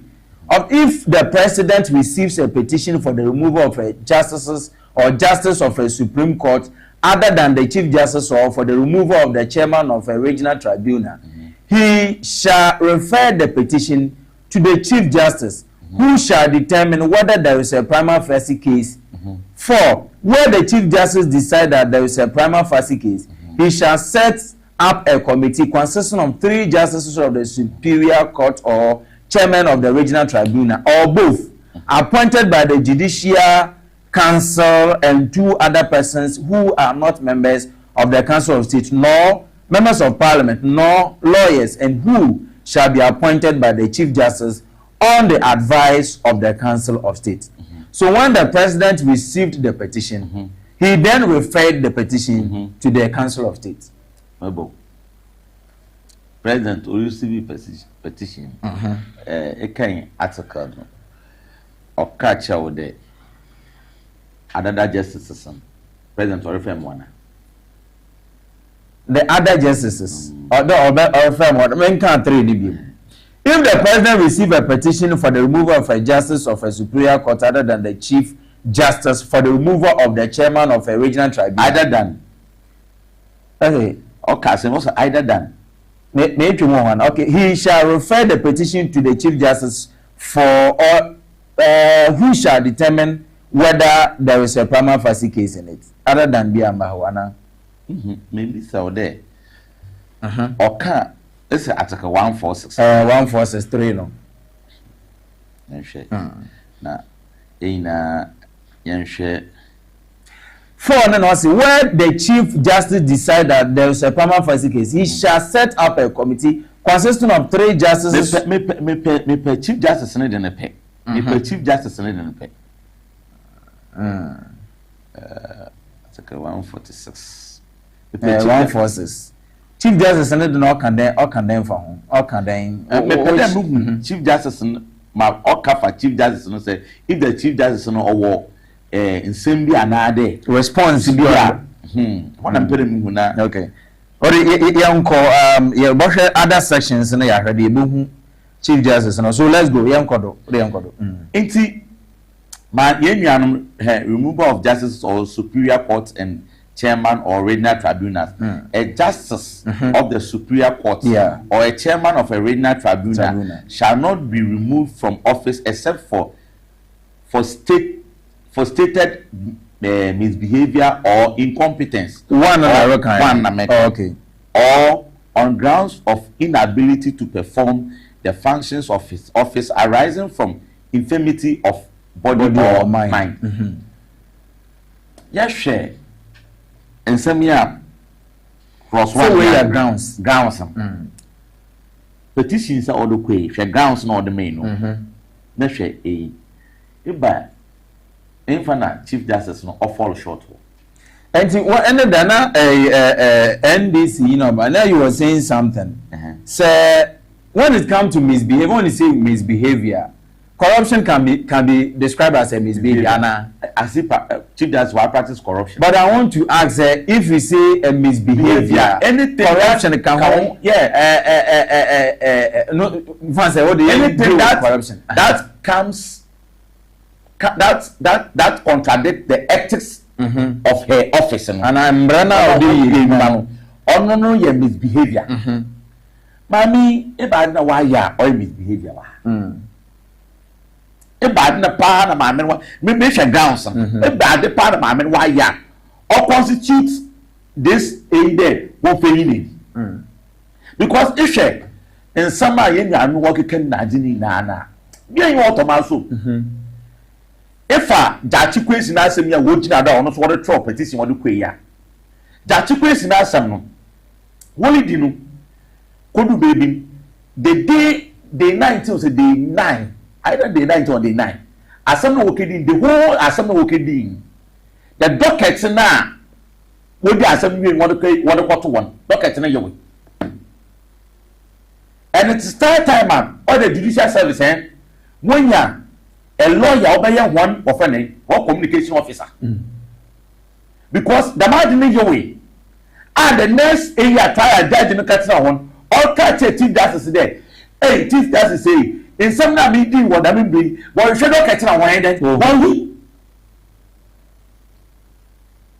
it creates suspicion so chief justice there on the man what can get investigations who there people are working at that office that high court officer what did the middleman so all of them were transferred and chief justice did that transfer yes and make sure that all the people from about that na ho why you man it na say in the program here wo yi in the program here him there you if you so be episode 19 yeah if episode 19 na equal episode 20 nti boko episode 20 a boko episode 19 me say here na that episode 20 ndumba na kodu 19 na boko na say 19 ehwe no wo a konko fo ayu ye bi so no wo a na management be ma how no the way you need na sa da ndi show bi nse bia thank you nti papa o hye san ade obi papa na na wo be transfer papa no ko ya ni efia nti ehwe petitions na this issue was transfer woman be not judge ku that's some over transfer no yeah that's the incident that happened so honorable they don't tell us what mercy baba chief justice sorry ya aba my transfer all kwa no but honorable mabel let's link it to my academy and link it panel 5 5 jury panel yeah first one what kind of Bafu Bonny his lordship Bafu Bonny shouldn't sit on the panel because he is benefiting from the CJ's position. Yeah, because you are the actor now. So the probability that Baba the substance. I don't think has a probability so but before about you, the mayan share a brand under the courts or dismiss or the injunction against proceeding with petition and the waba for Chief Justice no removal. Mayan share na yaba ya actually. The Chief of Staff. Gifts and hampers. We all know our cultural fondness for gifts, but we must now draw a clear line between appreciation and influence. Of course, if there are other consequences flowing from your conduct, that will also be looked at. So, for instance, he said it's legally, enforceable, and that is true because if you have... And you know. Mambo dismissal of Supreme Court and that what happened no na me here one more mama enkonkoti dia okodo verdict na ruling I don't know about no interaction o dem ntwa so say and that na mana Leonard Attorney General former Attorney General no seeking fande a beneficial of something. Find a member. You want why one? Why not courts? Nearby me bets I do not try member. It shall not make the judgment in the back. Is Sudanka or there he should have excused himself on film? Yes. Okay, conflict of interest in tea. Monfim. Say already now there's a panel, 5-member panel. And his lordship Bafu Bonnicade. All the cases in one family table, one set new panels. Yeah. The new panels not set, no jump for two. No answer them for the into two, then I will vote in favor of the petition now, the injunction, you know, because Justice BB Mensa, Bones Mensa, Obisa, the Attorney General, Deputy Shrimside, there. Oh, yet by then, na more say more like you want to see there's a primary facie case. Moma, asama kwa ban na monya public radical. Nipa nya public radical sana modaba. There, yan shede educated. Atas. Then what just offend lawyer Shrim Saika in there, he rests his case. Okay. As I say, inti inyama na worry circumstance and some worry can and then some war position working in no, it comes back there. This is what they are planned to do. Okay. And any sinankasa na wanda bono. Wanye judicial and can already because of Moses some years back. They have it on the back of their mind there. Judicial and one can answer no. But it doesn't go quarter. If you try the matter on public opinion and say that quarter, what the decido no what the kasa. Yeah. A kaji obini fawunti da then definition yeah. Into yimpa no so no kwan bi on yimbia fa so the back. Yeah. It say fana metra and is for you and is for a day without any evidence. Without any evidence. Now if you asem copy or court. Na some evidence and found kwa. Na some colus for quarter. Already know asem na be the public domain na nkofo ma ba kan sem na nkofo atiye tu no afi ko court em colus asem me ba ka chem there malam ko court mpo a wodi mam. Meanwhile I don't have any evidence. That reason why Pape national security offend them Pape ya wasan so wa man offend them wasan so man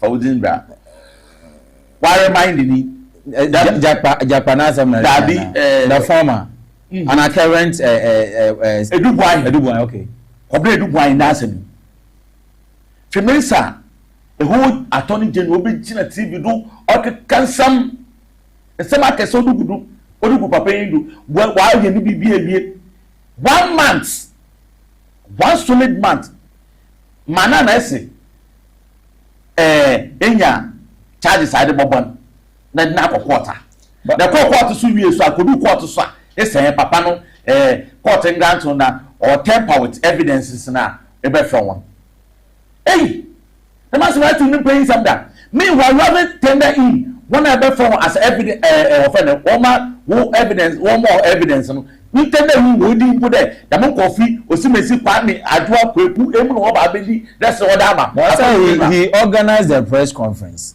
and can say we need evidence no evidence no that don't one man so you get evidence now remember we discussed this here with evidence or that reason why Kobe Dubois in okay soon it's more in a gimmick because the Kobe Dubois in case soon there him action him akoto offending if you had by bosom him or him here me akopon na me aya we granting bail bail so actually we in some like can fa no court so into fa no court abegina mansen ti tenten kese do egumu fi wan sama onyim into fa no court sa na court abuso me su na ma agina me schedule. So until now he hasn't gone to court. Court and so what we are also offending judge and granting offending remind 1 week for Kobe Dubois. To me you can say Kobe Dubois or remind judge and granting because Kobe Dubois is tampering with the evidence. So we judge more about one thing. He's going to temper the evidence. He is going around tampering with the evidence or as attorney general if we be a press conference and say no evidence no evidence no so in this case now maybe said the MPP no problem in there because remember we don't want a situation whereby if a new president back or them chief because judiciary did and when you last talk it's impeding you politicize judiciary here is the case Chief Justice Tokono has not been removed he has been suspended following investigation say it will be the call and will be the petition the banner suspended in pana ono ncheda outfly wa remove and wa sack until federal investigation into this and the issue at stake no council of state ho let's wait for them to if she is vindicated president can reinstate her back I say the council of state in the we well na eduma we no kosi remember council of state we na we eduma the president there on kodo on set panel has been set into yesterday what the starter what the hearing remember it is amidin fi it is Mustafa Bandi in some work can philosopher su kwa government spokesperson then some work can Nobody should tell you there. This is the game that they want to play. They are not the lawyers. They are not judges. They are not going to adjudicate because that doesn't mean say this is what is going to happen at the end of the ruling. They are just a mere they are not part of the panel. Yes, Chief Justice no one. Yes, Chief Justice no one. It was set the panel. Na panel wa catch Chief Justice na samda. Them former accountant general. Domrevo. They your forging date of birth. Okay, panel no. Wait for the panel to do their job. No, if the panel now was set Domrevo or forging this the date of birth. It's part of the panel. What I Domrevo can offend you offend one area about a powerful free was offended about what happened? Okay. The president and the council of state feel that when he is part of the panel, so be it. So young so what show me now no response or the buyer not comparatively to the petitioner what the buyer now the way the pros and cons if the woman is vindicated, I think Imran Makwanda they will reinstate her. But forget about what the party for the 7th of May. And May 7th May 2025. She will not survive, right? She will not survive. Now we need you know, will not survive. We are causing them. Me, you see, my problem is up and down on mining to train. Okay. President Biaba Odnido. I am one car was saying that Nanado Oyi shall to say. And now you know what was a no. Shall to say Nankasan Ahmed Sulemu. Shall to say Nankasan for when you know office one and what petition want to come and there. Mammy day no wire. But I'm not so top and so ordinary deputy Ahmed Sule. Also day no wire. At the end of the day, she was removed. I don't know. So what is madam? And you know, same can happen. Mami Jenmen san yeshi. But you been here, binum also so be share. Messi, give that one body. I him. It's near man never high on one. And you be office here. No, I could do one concern or that boss.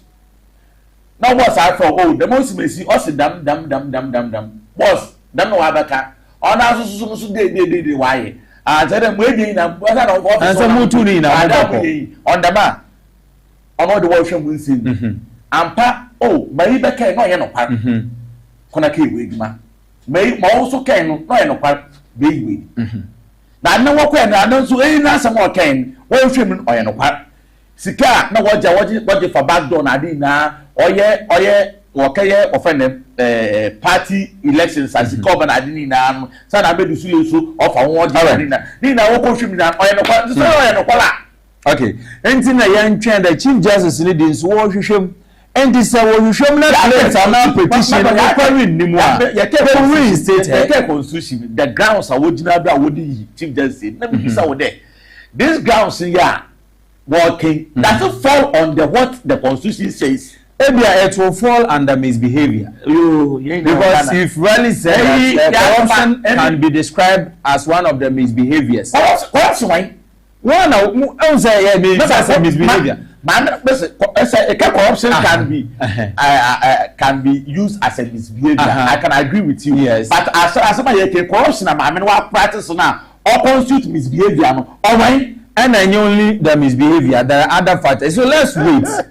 What I say, if the committee would invite her, no, interact with this and some she will do that. We are waiting for the committee. Now, I can sit here and tell you that the woman is not going to have her seat back. No. Where you need that is what you are alleging. Where you need it. Then move the question here sending there. So, I mean, what you need more getting if there's no qualms about it. Vero. You'll be happy that the president has been set. Inti also obeyun president ma mo kwa ma ha ohun na ini na enoko. Inti in this instance MPP sumo ba power them chief justice for me waba pamana na waba mo atena. Messy. Mo dem ondu one day mo ba pamana. President ma mo lusu abana na start there park. So what are you doing to the judicial service? I say They are setting back President. Tell President Mahama, look at President Mahama's face and tell him, Mr. President, revise your decision. Don't touch the judiciary. When you came, you didn't sack any of the oil panel jury. No way. Justice. No way. One blast, my one number what there. And now, our friend President Akufo-Addo or pack the Supreme Court. See, you Chief Justice are retire. What? 15. And as year goes by, some of them are retiring. There's a two I'm not another button, but I retire another. There's a two retiring. When you offer you for one, Chief Justice Georgina Wood, or retire, no even for Okwana. Then I'm a Dutch, or retire reader for Kowana. Okay, my friend there's Super Kufu, or retire reader. Remember, Chief Justice Robert will be answer and say, yeah, our friend, the 20 Supreme Court, or retire reader for Kwana. See, when the BM essay, NPP, Moba Bema, one day borrows Moba Pam, any Mercy, Yanko, Tiasabi you. Sir President Mam, or you Chief Justice here, he has set the tone. Any Chief Justice or never be piano, eh? The day President Mama will leave office, that will be the last day that Chief Justice will serve as a Chief Justice, because we too will appoint a new Chief Justice. If that's what they want, you do it. If that's what they want, you do it. Like changing IGP, you know, one so therefore won't pay. The same thing will happen at the judiciary. If I didn't see the judiciary, no, I baby aba. Of an example, President John Ejekunku for about two Chief Justice offending if you baby Okwen and Sana, Chief Justice Georgina Wood Liba. Georgina Wood bay on President Kufon appointed Georgina Wood. Georgina Wood if you ho on President Mercy Juma, on President Mahama Juma. Nana Danko Kufado crown on Georgina Wood riding also an E. Ansa George Wood ne time yene oroso na okọ ansa na Sofia Kufu olaba Sofia Kufu bay e na ofene ansa wo se wan ono so bay a okoma ofene tokunu aba why nti oba obayi nedi Messi if they like they should remove the Chief Justice. We are not going to fight them. But we will come back. Back, most more back. Chief Justice. If you as a electoral commissioner, it's a win. About to Memo. In the baby, I done about to according to Memo.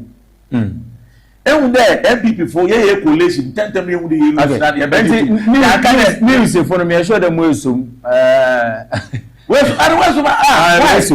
And to get a sign, I don't know. I'm not the first person that I'm saying. News for news. Young Cohen, the day after meeting that you do. I use for me take. President Mahama, if President Mahama change Justice Tokonu, Chief Justice Tokonu today, the new Chief Justice President Mahama the day President Mahama exits office, no, that will be the last day he will serve as a Chief Justice. Very well. Which will point another day. All gifts received by government appointees with an estimated value exceeding 20,000 Ghana cedis must be declared. President John Dramani Mahama. Appointees are prohibited from accepting gifts or favors, especially from companies or individuals with interest in governmental decisions. If a gift is received during an official engagement and its estimated value exceeds 20,000 Ghana cedis, it must be declared.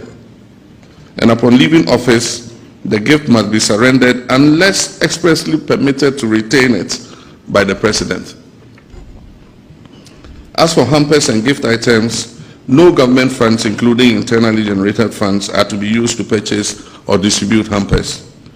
The only exception is modest gifts to staff as a reward for excellence or retirement. For government entities that must distribute hampers or gifts as part of their corporate commercial policy, express permission for the budgeted expenditure must be received from the Office of the Chief of Staff. Gifts and hampers. Ampanyini John Dramani Mahama ɔse obi biara a wafa no do ɔyɛ adwuma ma Ghana government appointee sɛ obi ewu mɔbɔ anade dwumedi amanye no ho dwumedi mu biara na sɛ obi eche usika na bo some 20,000 and number ya onya wodea you have to declare it or ya buy ne de selifi power mpa or ya buy ne de or de jawo hey no I say amount for connection so honorable mayentie this is the policy ya Omampanyin Mahama Odiaba. Do you think it's a good thing I mean to do we reduce corruption in Kendo. Minya 2013 President Mama Okache na appointees there Obia becha wadi bia no a gift bia man Koseja or like a corruption it's force act of corruption it's force another act of corruption. It will be a better way. Nobody should receive gifts. Woman yet today, I returned for the expedition. Can Azuri obey or ye just a kind of purpose road until 2 years and then another uncle for Raben for free. Or damn yen and one will call me. I returned for the expedition. On the poor the better one come and ask Azuri, no can father miss me on the bay. And then that's only okay. Okay, the master be no cars be so date. Video na boy. Cars 2 be cars 2 so date. I want that better President Mahama. On them can one hand over the government no. A leadership by example. Well, cars 2 not on fire. Or them my government no. Oh my God. Them are buy no. It's not the leadership by example. Then she will be doing that. And there will be some questions. And now better do 8 years. And now Okaji Obi be check Nadoka. Remember, Obi ask yourself questions. Obi be check Nadoka. President Kufuor better Nado. I quite remember Muammar el-Gaddafi. No Libya president. Oba no open no jane cars. No the President Kufuor no the car. 2 cars on. On Libya president no be. No, nya chade. Remember, nya betele. On the president, no ben wa becha mi uncle president. Ade. Osoro no. Cars no what the becha president Mahama 2. One what the be. Have you asked yourself that question? One them cars 2 the becha president Mahama. Why becha president Mahama cars 2. Bro, we should be serious as a country. If you want to give out a car, your state institutions to be or why president? If I knew what president Junta, any car come by president. But I was so can say, President Kufuor ne president. That's not and Jonathan Bisa what then President Kufuor ya president and the car and the man. Thank you. Minyanyo, my Bawufie, be your president, also your president. Na ma so since your cars are using cars from it's me so ma be military we be only president to president ono ya chade ano nya chade ya chade be tum do ya chade president to president let me be say cars to one what be but you ask yourself that question say president be on the better on me problem so that can up what better president Kufuor no or hand over the man buy no hand over the man or ye personal person president or your states when you state to state. But did the state must use that car? The president Kufuor no use cars as a state protocol cars. You were asking the car no won't be so one day. One check very well. Say Nimpo one hand over to Ghana. Obi kwere contract. That's second do Pesu road.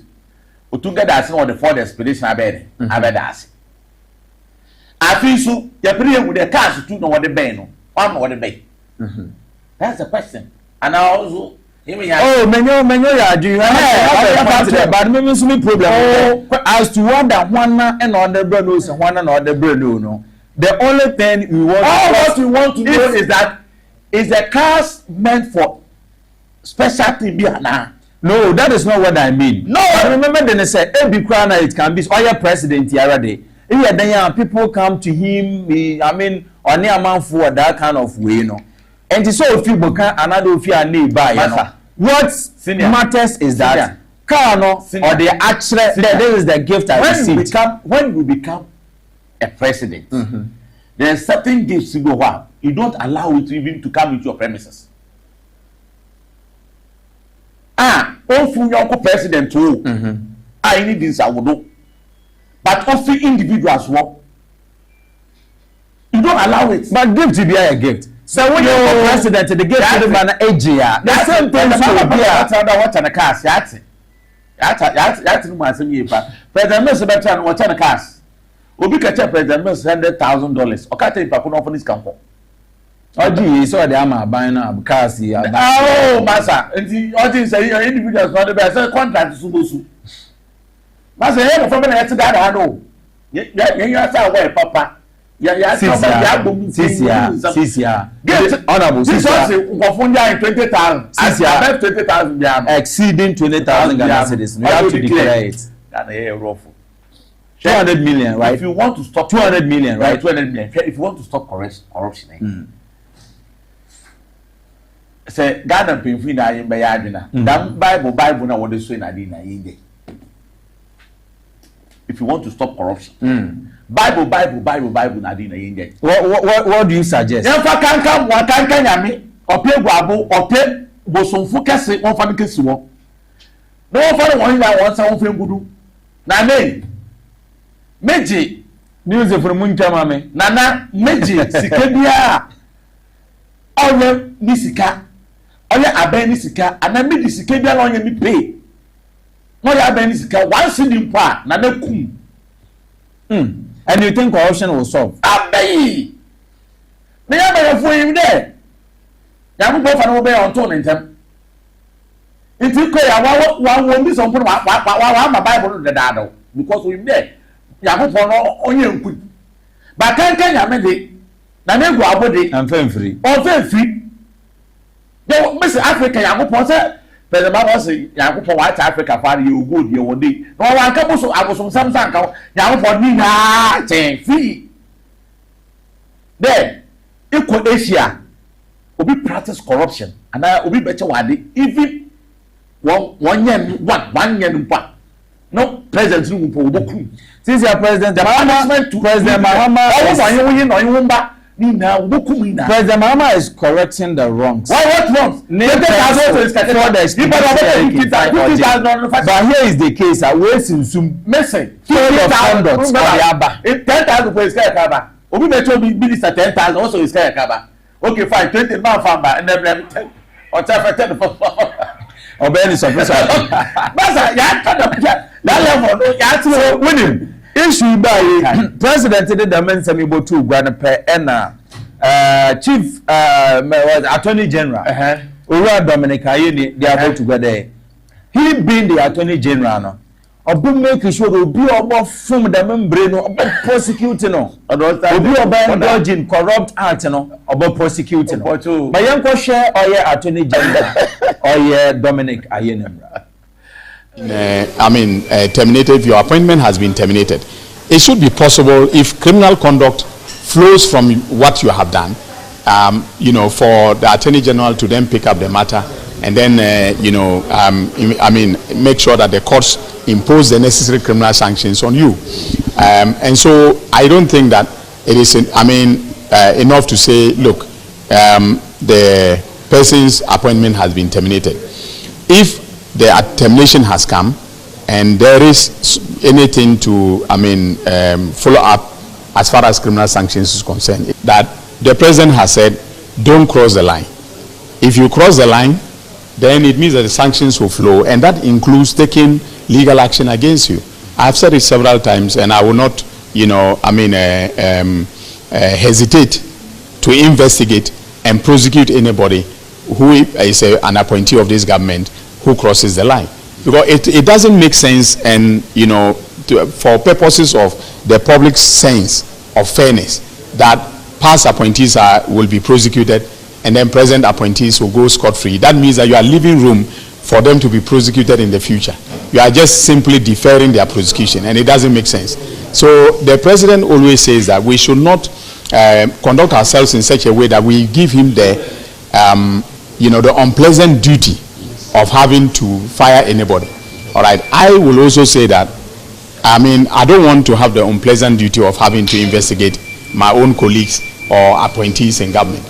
All right. So we should all stay. Of course, if there are other consequences flowing from your conduct, that will also be looked at. So, for instance, he said it's legally, enforceable.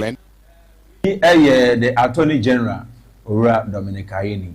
But before I'm call on a board, Momenka we, Yami Aduma, and Oman Payne Mahama, on Uganda for Bedin Como, no 120 days, I will be as president, or Bubu Kontadi at Ghana. Nyama policies are not saying she will do a common manifesto to obey within 120 days, and Orba back to Hong Kong.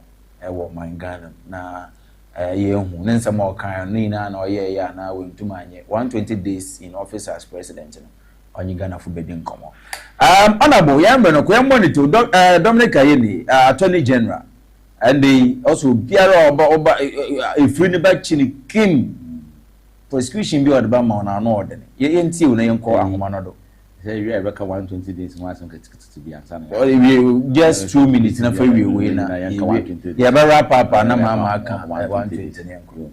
Minia, first of all, when you say doctor, and you need another lawyer, and you need remember that for phone lines and not to do my mena, and you need one worker there asset declaration. Won't declare what assets na up to now won't declare. Our president ma up to certain dates for matching.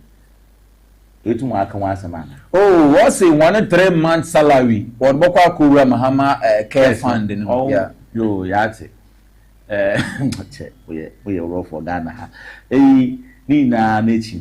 Also, so do obey over practice corruption. We making sure that on your prosecuting papa. So, Mammy said, Oba said that Gumbo.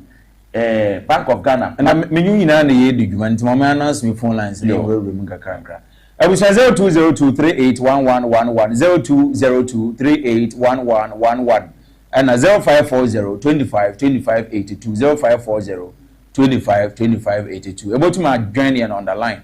That was so at the wagon chair at the Abayentio. Obey cases are no quarter NDC fun painful wusika Ghana fu yesika we hwe ekwa quarter the agent that some quarter ye na ekwa ya no fe nipa no ekwa all the established there ana so nipa no o se fatade o de wo fe no be yinsam anu ana it is established that all these factors and a court no age atwansa nipa na enkwai for oil causing financial loss to the state wa bede o be yinsam anu se ko na se won se ba back na nsi do wo bo asem tugu eja yi de medumani na mande wodo punimu na di na kwai a wogu da wodu wana asem se do agongo mu na wodo kwai wodu ho asem papa ya in the Bank of Ghana Mamen from first column. Hello, good morning. Hello, good morning. Hello. Menteri, why? Hello, good morning. Yes, sir. But you didn't be afraid if you are not paying. Maybe you are 40. That's if you are going to all right, never to you. The discussion is so here now. But all also. Oh God. And the say that boy Yemia of it is two other studio MVP communicator or studio honor. That one about and I say in Shaba. If I go also and the people about so we moderate the program ni and Ganga. Yango for Oma Wagi, Papa Oma Yansa. Nafako see with Juma Woody. Yanko say Yakan Oko a video BTCI Attorney General nation say Obi found culpable of any offense of taking money and not this say what you prosecute the person. Now make sure that Attorney General should prosecute himself first You don't know what election, what you say. I'm a plus like I was the funding or the campaign for the party. Had it not been that funding, maybe NDC wouldn't have won the election. So he should prosecute himself first. Because on what set rule, they are encouraged to better. Again, in respect to the Chief Justice, the dismissal, Ghana, we are joking. It's about Ghana, we are not serious. Union brain enough. What else are good in How can one person be beneficial to an issue? You chair the panel to execute a verdict on it. It doesn't make sense. Okay. We are joking as a country. Okay. Madam, Papa. Madam, who say what you now joining on the line 0202381111. 0202381111 and 0540-25-2582 0540-25-2582. Once able to now joining on the line. That was the word you share at the Abba. On our way until Governor your World Bank of Ghana. Next time I know High Court. And yet, Attorney General no be trade them saying that as I'm going to tribune on the answer with you. Papa me your cassette is here. Come back A plus Nasmafa of Dr. Yinu. If I don't miss A plus. A plus Abba Pachao. Baba Pachao. Baba Pachao, the allegation or the good be now. Twitter say one account call control or a fake on Yanankasa. Papa, A plus or true as some horse on your Bia. What about A plus or 30 you can some who attended. I has come to apologize. Also tell say in your neck for ya, you don't apologize. So some of your neck, I said my own neck, I apologize. Very well, but me be in an all work, the middle. Who would you know what? And if you come to debunk issue disclaimer. That is the public disclaimer there. Your Facebook account. He did it. He did it. Or patch order them account now. Watch what the madam to the on your no. But I don't want no choice. So if you want to use, I have A plus account. Or you go to A plus account. I be followed. As someone not throw it. As someone not throw it. So why is he running away from? Okay, fine. What's A plus said there? Okay, this go. Oh yeah. Ni yon one atonde na begi tum de ampa okaji skaba we scan okaji on the career funding for offending the political in one fa or the combined appointment committee about to honor too. Is there any inconsistency somewhere? What the plus is saying is not true. Attorney General she sued him. If I didn't take plus one friend or call okay see offending national security for ya okay tell one say one friend one NSS in someone in some other kano Ghana America could be obugu to no catch no so nko after na wa pay price new once out in fair price when na see also polado mo kire ogianit offend ni Metro TV ho a o ka kan sem bi na ni pain na wa friend one minute can order say no no mo yen on kasa no is it not amount to corruption? If you know somebody there obi di bona na me pay na for wa muska or corruption or corruption I don't want to you want to national security for one thing Japan or no cruise one thing and then Japan ba o se cowboy tell man na tu bona ta bia ni ko boko o side e je dem no tu ko hwe je nu ufre mo for Ghana he che ba what you need na man is what you need na dem e ba be mo for fry Ghana for ya bojo do wutimi ya wo de nti wo first 120 days oh na Ghana for show what you won here woli na him wo first 120 days re dey o disaster let's come no cement first person o former station wo member one na me padi bi to na o ka dokon no bo na o ka chinam no bo o ka tomatoes no bo o ka baye no bo na o ka wo fe ne boje no bo na aye kogom a bu kogom papa a wo na kwedi gua make a wo if you make a wo and one na di ugwa nti munda se ko na ko so du market ai tomatoes what on crying 5 cedi so for 120 days in office as president unhuna achievement na then the bad address again porto we are monko University of UW, University College of Education UW. Now go be first years from there. Once can wait na. Start as ma. How na do that student loan up new portal of apply for student loan. That's what I told you go to amo. Afu. Okay, afu for your academic facility user fee. For the mama promise you go to ya. On try. What I will promise 120 days. Double track obey if you what's double track is obey either 2027. No be. What promise ye light obey nado ended that winning by a day soon. Ended the winning by a day soon. 24-hour economy. What's what back? Na Ghana baby ye human ya 24-hour economy. What call or friend okaka won or friend a budget it no matter. Women's Bank, Mrs. Okwenwa on Akono Eduma, what's for way bank or damo. In that Women's Bank, $50 million Ghana cedis. It's to Ghana, according to Bank of Ghana, a Pedro Women's Banker or $450 million Ghana cedis. No data. Women's Bank and that is also the work of my pondo. It will be a Bessia fund in the 50 million Ghana cedis. And our presidency, one I saw, I cut a course in the 2.7 billion in the core presidency.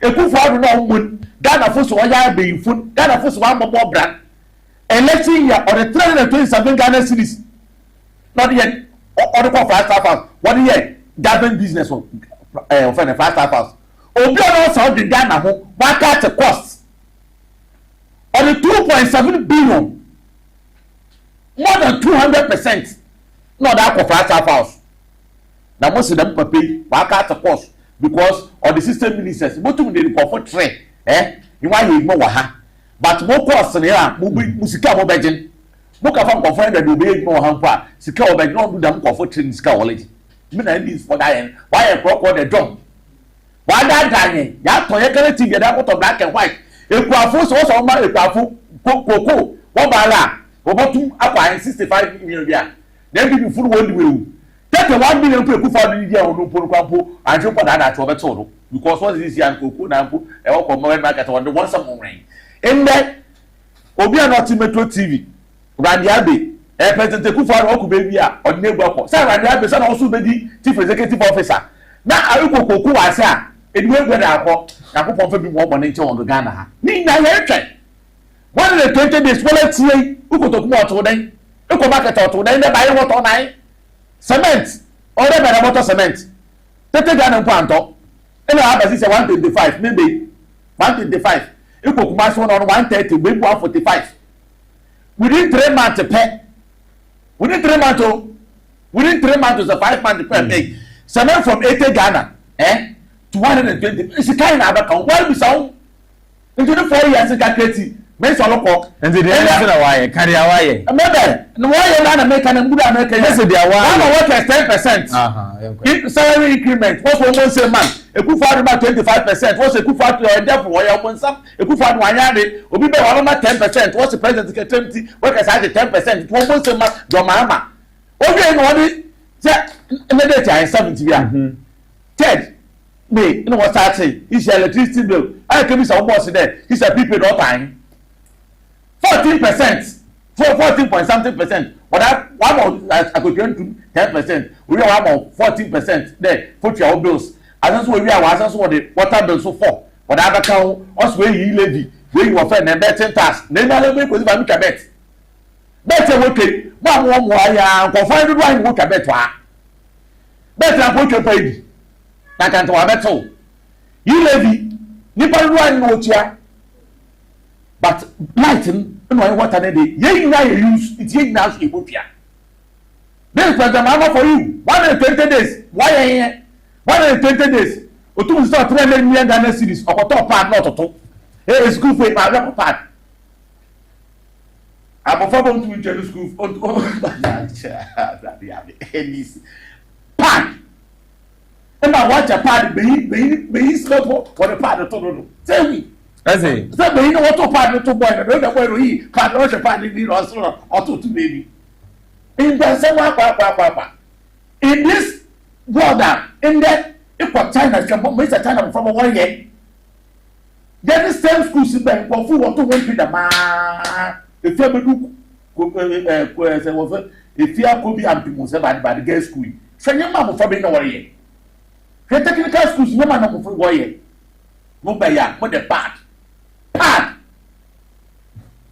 And then, Kebisa, I will and a pardon, pardon. I for baby homo school, papa, Sabion and the men's pardon crow, yeah. It is a bino, and the men so do know about non just in a pardon. What is wrong with you? School open up more than I were very used to part.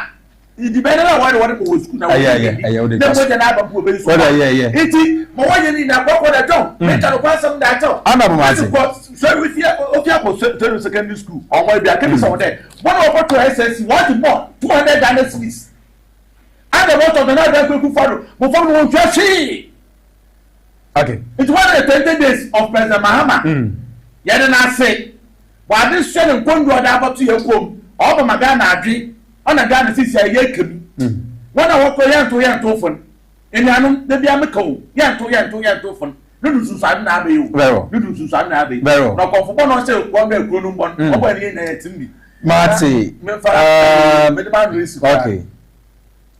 I'll tell you about the birthday. Benedicta, one. Michelle, I hope on Michelle. I hope on to no one day. Hope on one day soon. Now, Miss Ray. Mama yoku MPP. Kuka no ye fumu kro no made. Ye boko Congress. Ni ya botam. E ko Congress ni wi ampe for the baba no. Inara ye dechi. Dr. Mahmoud Baumio. Ona boke ni Japan papa. We na ye funku mada. Ye nja ye wa keka. Na Ghana for him there you go to rescue or mine because this is what to collective Ghana. For more 8 years and to rescue. So more 8 years and to rescue. I feel I'll be rescue. Messi 8 years my year Ghana podium man. And this is it will take them 40 years and send to my mayor. So what led to your defeat? Why were you defeated? Oh fine. Why did Ghanaians voted against you if you did everything unprecedentedly? Took the bones in my own baby. I know one more fancy piano with me over there. And with my kind of financial to my kind of fight. I don't open from park. I said, get them ye ladies some. Ye lady, no, that betting taxes. We from papa. So Ghana for kind of maintain. Thank you. It's in America there. Oh baby, nearby. Miss everything is a lesson. Okay. The kind of what? No, President Akufo-Addo, no, you're listening president. No, not a listening president. But Emusu, na mention the point of view there. After the COVID, you know, now for sure the pressures in the economy. Now I'm a team man. So he was trying every means possible to bounce back the economy, but. Otogo wa won say ya popon na say sometimes ipa no orusu uberusu there o comment na bia pa no kakra bi no open no ide we di alright na hono so yesu yan for ya so ayen dey afanko yeah that's it me for badu se Ghana fon kede wa po MPP se Ghana fon kede wa po MPP me se yekoto abana nka president Mahama before 2020 ne onya be 2 million bi fee that 2 million na what 2 fee MPP for ordinum na e wa akamosuru okay but upon moye na 100,000 on account any for expert why you want more grassroots edimo na yen so yen painful bi no so gusuru na why down why yen won something honorable me na wase na honorable Frank Bonny communications team member Efutu constituency. Now, Honorable J. Adams, Obaba cancer, Beijing this Amanyo could, but unfortunately, no, we do know about cancer. I had a digimazine in our yerbc PH-1 Training Institute, the Manso, and a reform mixture, Gastro and Menso Plus mixture, Vision of Hope Backland, Generational Believers Worship Center, the Manso, Wahawness and Heba and Research Center, Winning Penfo, Nimuku, our boy, Emegmezi, Oba Walker. Remember my boy for the Nasi. Mavis Ejewa Bwedi Damanso Awansan Chiame Aisha Wanga Abana Sisibasa Damanso Ana Mobile Kudu Abdul Rahman and Afenso Franco ZH Opon and Abana Kakraba MCR Amankwa and Afenso Philip me amedig medin chiame medin Edin Shrabo Dromens Yamen can want to name in Droma and Akumode be said but one today besanso Asia be more channel I am out.